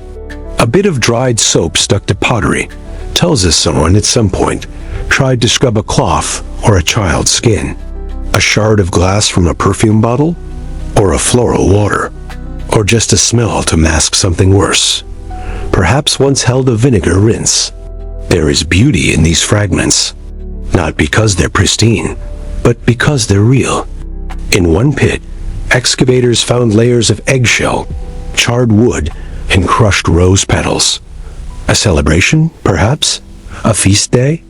Their contents, once disgusting, have become archaeological gold, or just the remnants of a spring morning when someone swept their hearth and tossed the dust outside. And then there are the latrines, built over streams, dug in the corner of courtyards, or constructed beside monasteries. These were the true receptacles of daily life. Because in these layers of waste, we find coprolites, fossilized human feces, which, when carefully studied, reveal diet, parasites, illness, and even medicinal herbs. Seeds and pollen, telling us what people ate, what they grew, and what they may have used for scent or cleaning. Insect remains, evidence of lice, fleas, and flies, but also of attempts to repel them. Cedar shavings, bay leaves, textile fibers, showing how often undergarments were changed, what they were made of, and how they wore down. In one preserved latrine from 14th century Germany, researchers discovered layers of moss used, it seems, as an early toilet paper, soft, absorbent, and natural. Elsewhere, linen rags were found, knotted at the corners, soiled and discarded. Someone used these, then hid them away. They held layers of discarded shells, bones, broken pots, even old shoes and cooking tools. Not out of shame, but because there was no other place to put them.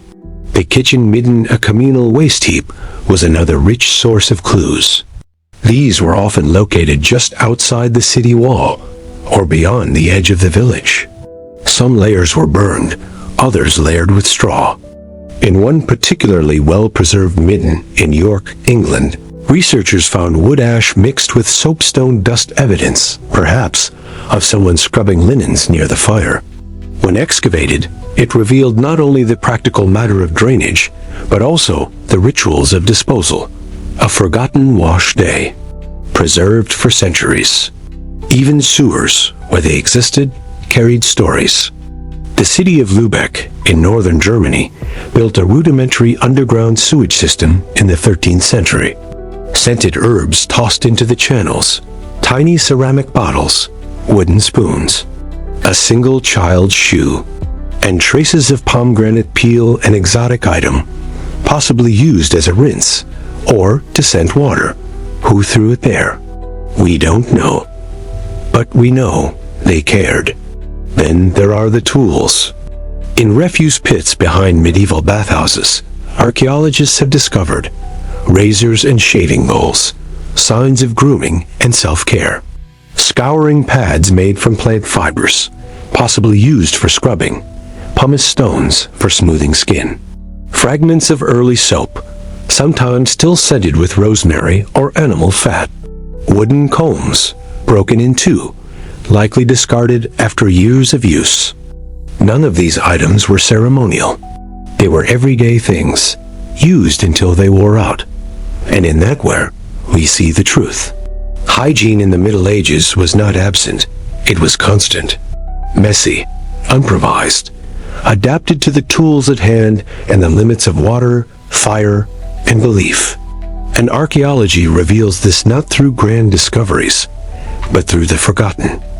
The cracked bowl, the cone tooth, the soot-stained cloth. Even graveyards carefully excavated, layer by layer, tell us about cleanliness. Many bodies were buried with combs. Others had traces of ointments in their hair. Some were wrapped in linen still faintly scented with herbs, lavender, rosemary, or even thyme. The care given to the dead tells us what the living valued. So now, as you rest in your clean bed, perhaps in freshly washed sheets, think of this. Every time you throw something away, every hair in the sink, every bit of soap, every cracked bottle, you're leaving a story, a whisper of how you lived. And one day, far from now, someone may find it. And know that you, too, tried to stay clean. You will not be remembered for being spotless, but you may be remembered for trying. Just like the people before you, quietly, gently, layer by layer. Now, let us leave the darkened pits of latrines and the quiet trace of comb teeth in the dirt behind us. We ascend gently up marble steps, past guards in liveried tunics, through corridors that smell of wax and faded roses, and into a world where appearances mattered more than reality, where scent was applied, not earned, where stillness, silence, and the shimmer of silk were used to suggest something pure. We enter a space where the skin was powdered, not washed. This is not a world of cleanliness. This is a world of the illusion of cleanliness. Let us now begin. When fragrance was armor, and bathing was an indulgence better left unspoken, the doors open with a hush. The walls bear tapestries. And from the corner, somewhere behind a carved screen, drifts the unmistakable scent of rosewater and ambergris. The floor is cool beneath your feet, stone polished smooth by generations of slippers and bare soles. The windows are tall, draped in damask. You are in a noble woman's chamber. Her hair is coiled in ribbons, her skin pale beneath a dusting of crushed pearl. Perhaps even a queen's. It is morning, or what counts as morning here, where the sun is shielded and time flows not by bells, but by servants' footsteps. The woman seated before you is draped in layers of embroidered linen and brocade. She is elegant, composed, and she has not bathed in weeks. To understand hygiene among the elite of the medieval and early Renaissance worlds, we must begin by setting aside our modern assumptions. Cleanliness in noble circles was not about soap and water. Still, as attendants brought forth bowls of warm water infused with herbs, it was about fragrance, about presentation, and above all, about the ability to appear untouched by labor, sweat, or need. If it was winter, the water might be mixed with wine or vinegar, warmed over coals. A queen or a noble lady of the court would begin her day not by bathing, but by sitting. She would not immerse. She would dab. A cloth, gently wrung out, would be pressed to her face, her hands, perhaps the back of her neck. Then came the scenting. The bedroom, the linens, the air bedrooms in noble homes were also scented. Herbs were strewn on rushes beneath the bed. Sachets hung from bedposts. Sheets, washed when possible, were dried in sun and pressed with herbal water. Pillows were filled with lavender, chamomile, or even crushed juniper. At night, incense might be burned, not only for sleep, but to purify the air. In summer, fans of scented cloth waved away sweat. In winter, warmth trapped everything, including scent, and so more sachets or vinegar rinses, more perfume. The noble home was not sterile, but it was curated, and always designed to smell better than it was. Cleanliness is class finally. It's important to understand that cleanliness, as defined by scent and softness, became a marker of wealth. If you smelled of lavender, it meant you could afford lavender. If your skin was powdered and your breath sweetened with clove, it meant you had access to clove. If your sleeves were embroidered with perfumed thread, it meant you did not cook or clean or work. You were above those things. And so scent became symbol, and cleanliness became illusion. But illusion, as we know, is powerful. In a world of mud and cold, of illness and sweat, the shimmer of rosewater and powdered gloves gave people hope. A vision of beauty, of control, of order. And now you lie still. Perhaps your sheets are fragrant from detergent. Perhaps you've sprayed a bit of lavender before sleep. Perhaps your own skin is soft from soap. You are not powdered with lead. You do not mask fever with ambergris. You are simply yourself, clean, quiet, and resting in a world that understands what the past only reached for. Sleep gently now, wrapped not in silk, but in softness, and scented only with peace. Now, having drifted through chambers of silk and perfumes, we move into a quieter, more curious space. A place rarely described in poetry or portraits, but essential to daily life, even royal life. Because even queens and kings, for all their jewels and courtiers, had to relieve themselves. Tonight, we enter the privy. Not just any privy, but those of royalty. And with it, the secret service that came not with sword or seal, but with towel, bowl, and discretion. When even the most personal acts became matters of protocol and power. The rushes on the floor had been freshly scattered, infused with herbs, rose petals, thyme, a touch of pine. The chamber is quiet, dim. A velvet curtain is drawn shut against the wind. Not quite a bathroom, not entirely a dressing room, more a space apart. A room beside a room, small. Beneath the seat, hidden inside, rests a chamber pot ceramic, brass, pewter, or silver, depending on the monarch's taste and treasury. Private, decorated with careful thought. The queen has retired to her privy closet. It is not a place of embarrassment. In the corner sits a close stool, a cushioned seat, often padded in velvet or brocade, sometimes carved with ornate designs, even gilded. This is where royalty relieved themselves, but never alone. Because with this most personal of spaces came a servant, sometimes a footman, sometimes a lady-in-waiting, and in the case of kings, often a position far more ceremonial, the groom of the stool. Yes, that was the actual title, and it was not a joke. Let us pause here and consider the role of the groom of the stool. In the English court, this man was not lowly. Far from it. He was noble. He had the king's trust, his ear, his favor. He was with the monarch in one of his most vulnerable, unguarded moments. And in that closeness came influence. He helped the king undress, prepared the stool, brought water in silver ewers, held towels, sometimes helped with cleaning, carry messages, advise on state matters between well movements. He might take notes. He was keeper of the privy purse, the personal financial accounts of the monarch. The role became so powerful that during the Tudor period, the groom of the stool was considered one of the most trusted men in the realm. To touch the king's body was to be trusted beyond all else. The waste dropped sometimes into a pit, sometimes directly into a moat or flowing channel below. But what of the space itself? The royal privy was more than a hole in the ground. Guests sometimes relieved themselves in corridors or stairwells due to a lack of sufficient facilities. But the king?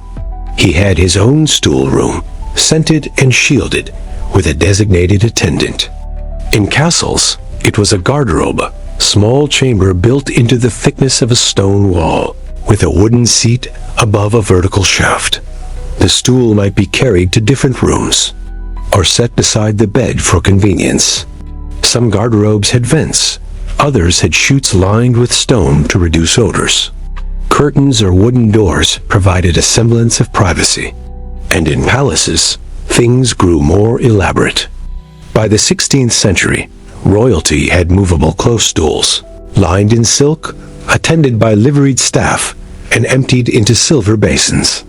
In Versailles, the Palace of Kings, public defecation was surprisingly common. In fact, when Louis XIV held court in the morning, he sometimes conducted audiences while seated on the commode, hidden behind a screen, surrounded by courtiers. Decorum was flexible.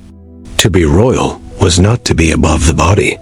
It was to manage it with ceremony. Even toilet paper, as we know it, did not exist. Royalty might use linen cloths, washed and reused. Some preferred wool, others soft moss or scrap parchment. Yes, even old documents sometimes met such ends. And always, afterward, hands were rinsed, with water, with vinegar, sometimes with rose water. A towel embroidered, folded was offered, the body made clean, the ritual complete. The privy was also a place of refuge, especially for queens and noblewomen. It was the one place they might be truly alone, or at least less observed. Some brought books, letters, a quiet snack, a moment to breathe, to think, to be. The architecture of royal toilets varied. In England, castles like Dover and Leeds had garderobes perched high above moats. In France, at Château de Chinon, shafts emptied down sheer stone walls, washed by rain. Some royal gardens even had hidden privies built into hedges, for convenience during outdoor events.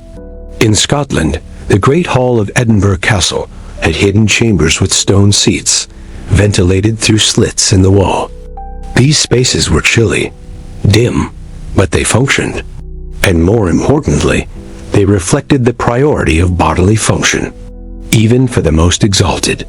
In some royal residences, privies were even shared, not in the modern sense, but in the sense of multiple seats in a row partitioned, but not isolated. It was practical, efficient, and at times social. In large banquets or festivals, temporary toilets were erected. Chamber pots lined halls. Servants rushed to empty them. The etiquette? Silence. Dignity. Minimal eye contact. No mention afterward, even if the groom of the stool had just handed you a towel. Over time, as plumbing developed, royal toilets changed. By the 18th century, mechanical flushing systems were appearing. By the Victorian age, enameled porcelain thrones replaced the padded close stool. But even then, service remained. Royalty did not scrub, did not empty, did not wipe. They had others. And those others were part of a system centuries in the making. So now, as you rest in the comfort of your own home, perhaps only steps from a private, quiet bathroom with a lock on the door, running water, and the gentle scent of lavender hand soap nearby, know this: your experience is more royal than that of kings and queens of the past. You need no attendant, no silver bowl, no perfumed linen. You have peace, privacy, and control. A simple luxury built on centuries of awkward, whispered necessity. So tonight, be grateful. Your chamber is warm. Your rituals are your own. And should you need to rise in the night, no one need follow you with a towel and a bowed head. Sleep deeply, with dignity, and delight in the silence. Let us now slip away from the heavy stone corridors of castles and privy chambers, and into something lighter, warmer, steamier, in the most literal of ways. We enter the bathhouse. But not just any bathhouse tonight. You'll be gently led through the scented vapors and flickering lanterns of a medieval spa reserved for the fortunate few. A world of steam, scent, and silence, where power soaked beside perfume. Perhaps a merchant whose caravans reach far corners of the known world, or the widow of a once powerful lord whose lands now yield generous rents. Your clothing is of velvet and lined with fur, but underneath it all, the world is still medieval. The roads are muddy. The hearts smoke. The air carries the heavy scent of earth and life and animals. Imagine for a moment that you are someone of means in the early 14th century. Not a king, not quite, but wealthy. A member of the nobility. And so, from time to time, you desire escape. You desire cleansing, not only of the body, but of the spirit. So you go to the bathhouse. Or if you are especially fortunate, you have one built into your own home. A private chamber. Warmed stone floors. Steam gently rising from basins of copper and ceramic. The medieval spa, at least for the rich, was not unlike a small ritual of departure. You would enter slowly. A servant might undress you. Garments folded with care. Jewelry removed and set on soft cloth. The room is warm. You feel it immediately against your skin. No chill stone here. The walls are paneled with wood or hung with thick fabric, insulated to hold the heat. There is no noise. Only the soft pop of heated water and the occasional sigh of steam escaping the lid of a copper pot. The bath itself is large, perhaps carved from wood, oak, or pine, bound with iron rings to hold its shape, or perhaps made from stone sunken into the floor, like a miniature Roman therme, inherited in spirit from the great baths of antiquity. Not scalding, just warm enough to melt tension. Hot water is poured from jugs heated over open fires. Servants add herbs, lavender, thyme, rose petals, chamomile. The room smells faintly of the earth and of gardens in bloom. You step in slowly. The water is not too hot. Your limbs surrender. You lean back against a curved rim. A cloth is draped across your eyes if you wish, and you rest. These baths serve many purposes. They soothed aches from long rides on uneven roads. They softened skin weathered by sun and wind. They opened pores, eased coughs, flushed out imagined humors. Physicians sometimes prescribed them. Monks, despite their vows of austerity, occasionally bathed for health. And in cities like Paris, Prague, Venice, and London, baths became status symbols. Not only of cleanliness, but of access.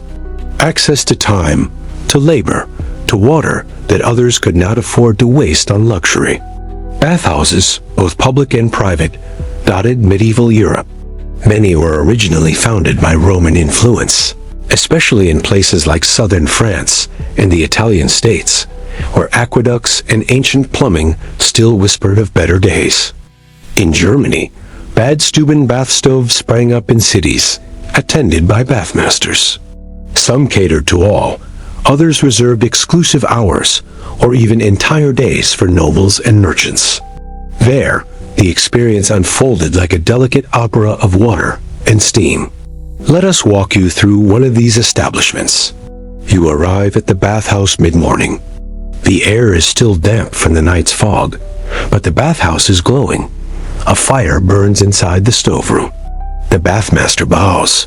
You are escorted through a series of rooms. First, a disrobing chamber, quiet, private. Next, the warm room mildly heated, where your body adjusts to the new climate. Servants brush your hair. Light oils are applied. You're offered spiced wine or fruit, depending on your preference. You recline, then comes the hot room. Here, stones are heated and doused with water, sending up thick vapor that curls around your shoulders. You may sweat here. It is meant to be cleansing. Some choose to be scraped with curved metal strigils, an ancient method to remove oils and dead skin. Others are gently rubbed with cloths soaked in milk or honey water. Then, at last, you are guided to the bathing pool. The temperature is perfect. You ease into it like silk. There may be music playing a lute, softly strummed, or silence, preferred by some for deep thought. Occasionally, one might bring a lover, or a poet, or simply a friend. Bathhouses were sometimes social, but often, for the wealthy, they were sacred. A pause, an unclothing of the world's weight. And once your skin is thoroughly softened, your muscles like warm dough, the massage begins. Not like modern spas, perhaps, but gentle kneading. The pressing of hands into shoulder and spine. Scented oils, rose, frankincense, myrrh applied in slow, circular motions. If you sigh, no one comments. If you weep, no one watches. The room is candlelit, muted, alive with the sound of dripping water and careful breath. Of course, not all medieval cultures embraced bathing equally. The Catholic Church, for a time, regarded frequent bathing with suspicion. It was thought to invite vanity or sin. Some even feared it opened the body to illness, softened the flesh too much, made it vulnerable. And so, in some regions, public bathhouses fell into disfavor or were repurposed. But among the elite, private bathing endured, even if spoken of in whispers, even if hidden behind draped walls, because comfort always finds its way. In Islamic lands, meanwhile, hammams flourished. Here, the tradition of bathing was sacred and sustained, separate areas for men and women, elaborate steam rooms, geometric tiles, domed ceilings pierced with star-shaped holes, letting in gentle light. For the wealthy in Al-Andalus or Baghdad, the bathhouse was not luxury, it was hygiene, custom, even devotion. The experience was similar: steam, heat, massage, but accompanied by ritual, prayer before, silence during, cleansing of the spirit as well as the skin. In many ways, these spaces were the envy of Europe. And in time, their practices would influence Christian lands again. Let us return once more to your imagined chamber. You have now bathed. You are dressed again in a robe of fine wool. You are led to a room with cushions and warmed bricks. A servant offers a small bowl of preserved fruit.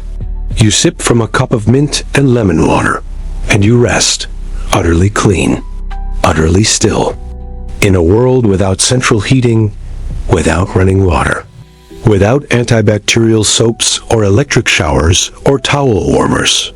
The medieval spa was a miracle, a gentle rebellion against the dirt and chill of everyday life. And for those who could afford it, it was a haven, a place where one could disappear into warmth and steam and emerge, if only for a moment, renewed. Today, we take much for granted. A faucet turned, a shower stepped into, a towel warmed by the radiator. But the experience of being tended to, of being quiet in the company of water, remains deeply human, a longing that transcends time. So tonight, as you drift, let your mind settle into the warm ripples of imagined water. Let your thoughts rise and curl like steam. Let your breath become slow and even, like the rhythm of a distant spa long past. And sleep deeply in the warmth of memory. Let us now retreat from the scented steam of the noble's bathhouse, stepping softly into a very different kind of stillness. A stillness not of luxury, but of devotion, of quiet rhythm and sacred repetition. In this final segment, we lower our voices further and enter a world where silence was prayer, cleanliness was purity, and the soul's washing mattered more than the body's. When every hour had its ritual, and even the washing of hands could echo with eternity, you rise before the sun. The sky is still veiled in a deep blue silence, the kind of silence that only lingers when no one is awake to stir it. The air is cool, always cool in the narrow cell you call home. You are a monk, or a nun, it matters little. You are cloistered, removed from the world, yet always praying for it.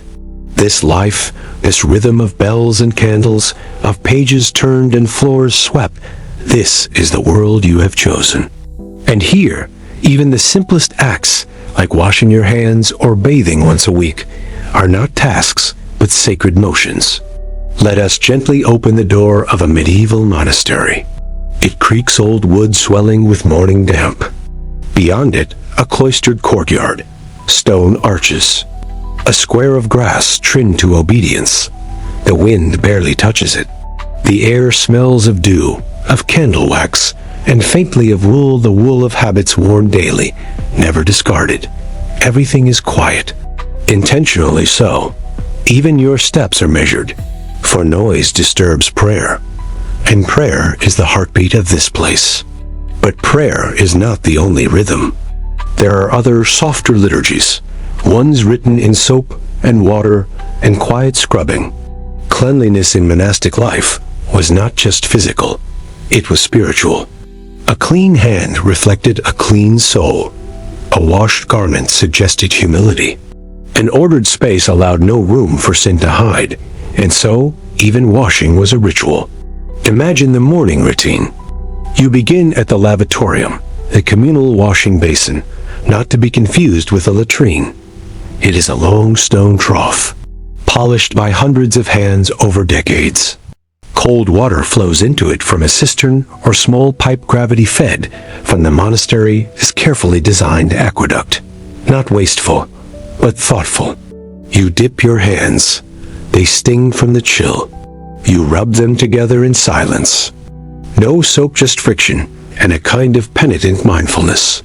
You dry them on your robe, not on a towel. That would be unnecessary indulgence. This washing happens before meals, after waking, before certain prayers, sometimes before copying sacred texts, always with care. Bathing of the body, on the other hand, was not frequent, perhaps once a week, perhaps less, not because it was frowned upon, but because time and water were precious. And so, when the time came, it was an event, not grand, not scented or steaming, but important. A monk might be assigned to oversee the baths. He would draw the water, heat it slowly, ensure privacy for each brother or sister. There would be no chatter, just the soft rustle of cloth and the echo of footsteps on wet stone. You would undress without mirrors, lower yourself into the wooden or stone tub with humility, and wash not to feel good, but to be clean in the sight of God. Hair was trimmed regularly, sometimes tonsured, shaved in a circular pattern to signify separation from worldly vanity. Nails were cut, beards combed or kept short. Everything had a rule, and behind each rule, a purpose. Cleanliness was next to godliness, they believed, but not for show, for order, for dignity, for readiness to meet the divine in any moment. Inside the dormitories, cleanliness continued. Beds were narrow wooden, with straw-stuffed mattresses. Each monk had a simple blanket, folded neatly. There were no decorations, no possessions.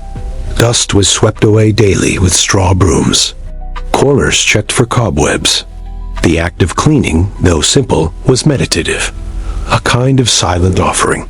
Sweeping the hallway became no less holy than singing psalms. But perhaps the most fascinating place, if one were to walk these cloisters slowly, is the infirmary. Here, monks and nuns tended to one another with a remarkable balance of cleanliness and compassion. Wounds were washed, bandages boiled, herbs crushed and steeped, hands washed repeatedly. Before Florence Nightingale, before germ theory, before latex gloves, there were these quiet souls, cleaning with reverence. Because a sick brother was Christ in disguise, and to touch him was an act of faith. And the scriptorium where sacred texts were copied was kept meticulously tidy. Not just the books, but the hands that handled them. Before dipping quill to ink, a scribe would wash his hands. Dust could ruin vellum. Oil from fingers could smear painstaking work. A sneeze could obliterate hours, so they washed. Not in haste, but in silence. A hand dipped into water might have first clasped in prayer. A cloth gently dried those fingers that would write lines destined to last centuries. Even meals had rituals of cleanliness. You ate in silence. A single spoon, a piece of bread, a bowl of broth, a bit of cheese. No spills, no waste. Afterwards, were rinsed by hand, dried in sun or wiped clean. The kitchen, run by brothers or sisters assigned to the task, gleamed with quiet diligence. Knives arranged, potatoes scrubbed, traces of flour swept from tables. all done while hymns echoed in the distance. And when death came quietly, as it often did, too, was met with ritual washing. The body bathed, anointed with oil, wrapped in a shroud, laid in the earth with prayers. Clean hands closing clean eyes, so that even in death, order was maintained. And the soul departed as it had lived, washed, humble, silent. You may wonder, in your modern world of warm showers and scented soaps, what relevance this has. Why speak of monks sweeping or nuns washing their hands with cold water? But there is something comforting in their rhythm, something ancient in the way they move through their days with purpose. There is no rush in a monastery, only time, time marked by bells, time filled with small acts done well. A basin cleaned, a robe folded, a page turned with care. Perhaps that is why monastic cleanliness resonates, because it was never about display, it was about presence. To be fully present to your work, to your brother or sister, to the divine. Even if your work was scrubbing a bench, or washing a window, or quietly brushing crumbs from a wooden table in the refectory. And so, as we close this final chamber of our journey, let us imagine once more the rhythm of cloistered life, the gentle rise of sun over stone walls, the hush of footsteps before morning prayers, the cool water in the lavatorium basin, the soft flick of bristles against flagstone, a world without clutter, without rush, where even soap, rare though it was, smelled faintly of ash and lye and discipline, and where each motion of cleaning was a step toward clarity, not just of body, but of mind.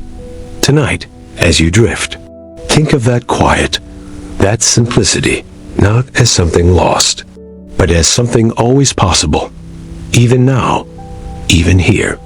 In a world of noise, you may find your own cloister, and in the rhythm of your breath, the washing of your hands, the tidying of your room, you may find peace, just as they did long ago. The hour grows late now. The candle we lit together at the beginning of our journey has burned low, its wax softened, its flame dancing quietly, gently, as if ready to bow. The clatter of medieval streets has faded. The iron pots have gone still. The bucket slosh has quieted. The church bells have rung their final compline. And even the echo of monastic footsteps has stilled behind stone walls. Through dirt and ritual, through luxury and deprivation, through chambers, courtyards, lavatoriums, bathhouses, and bogs, you've made it through the smells, the sounds, the slow rhythms of another age, and now let us simply rest together, here in the silent aftermath, not quite in the past, not quite in the present, but in that weightless in-between where stories gently float like soap bubbles in the half-light. You may notice your body softening now, a little more still, your breath a little slower. That's good, because this isn't just the conclusion of a history lesson. It's the closing of a portal, a soft shutting of a door long ago. And what lies on the other side? Only a different kind of quiet. Tonight, we traveled far, didn't we? We began with the grime of medieval city streets, where chamber pots flew from windows, and your shoes were never truly clean. We wandered through the cloaca and the cesspits, the bathhouses and the birch branches. You experienced what it was like to rise before the sun and scrape your hands in cold water before a wooden bowl of gruel. You waited for your weekly bath, your once-a-month laundry day, your turn at the public tub. You smelled the vinegar. You heard the rustle of straw being changed. You imagined what it was to feel clean, not as we do now, with scented soaps and rainfall showers, but with small acts, with water drawn by hand, with clothing dried in the wind, with a face wiped clean by a mother's sleeve. And in all this, you perhaps noticed something unexpected. That medieval cleanliness, though primitive by modern standards, had a rhythm, a dignity, even a beauty. It may not have sparkled, but it mattered. There is a comfort, you see, in slow maintenance, in sacred repetition, in the idea that to wash a dish, or one's hands, or a floor was to participate in something larger. Not just hygiene, but harmony. It is easy to forget, in our era of instant sanitization, that cleanliness was once a form of humility, a ritual of belonging, a sign of care, not just for oneself, but for one's community, one's God, one's surroundings. A woman cleaning her family's wooden floor with herbs tucked in her apron. A monk sweeping the cloister corridor with a straw broom. A midwife washing her hands in rainwater before helping to bring life into the world. These weren't just chores. They were quiet acts of devotion. And perhaps, in their slowness, in their silence, in their imperfection, we find something soothing, something grounding. Because even now, when your bathroom gleams and your laundry spins on its own, there's a part of us that longs for slower motion, for purpose in the ordinary, for the comfort of steam rising from a bowl, for the simplicity of lather and rinse, scrub and rest. As you drift now, eyes softening, limbs growing heavy, you might imagine yourself beneath a vaulted stone ceiling, a single candle flickering beside your straw mattress. Or perhaps under the stars, wrapped in a woolen blanket, the scent of wood smoke and wild thyme nearby. The world has quieted. No more stories tonight.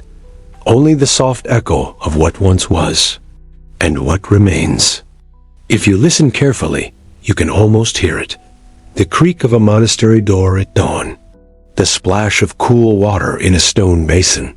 The rustle of linen being hung to dry in a courtyard.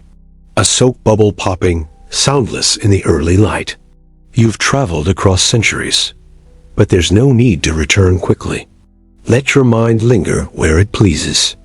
On the bathhouse with its echoing laughter. On the noble's chamber with scented oils and silver combs. On the market woman wiping dust from her face.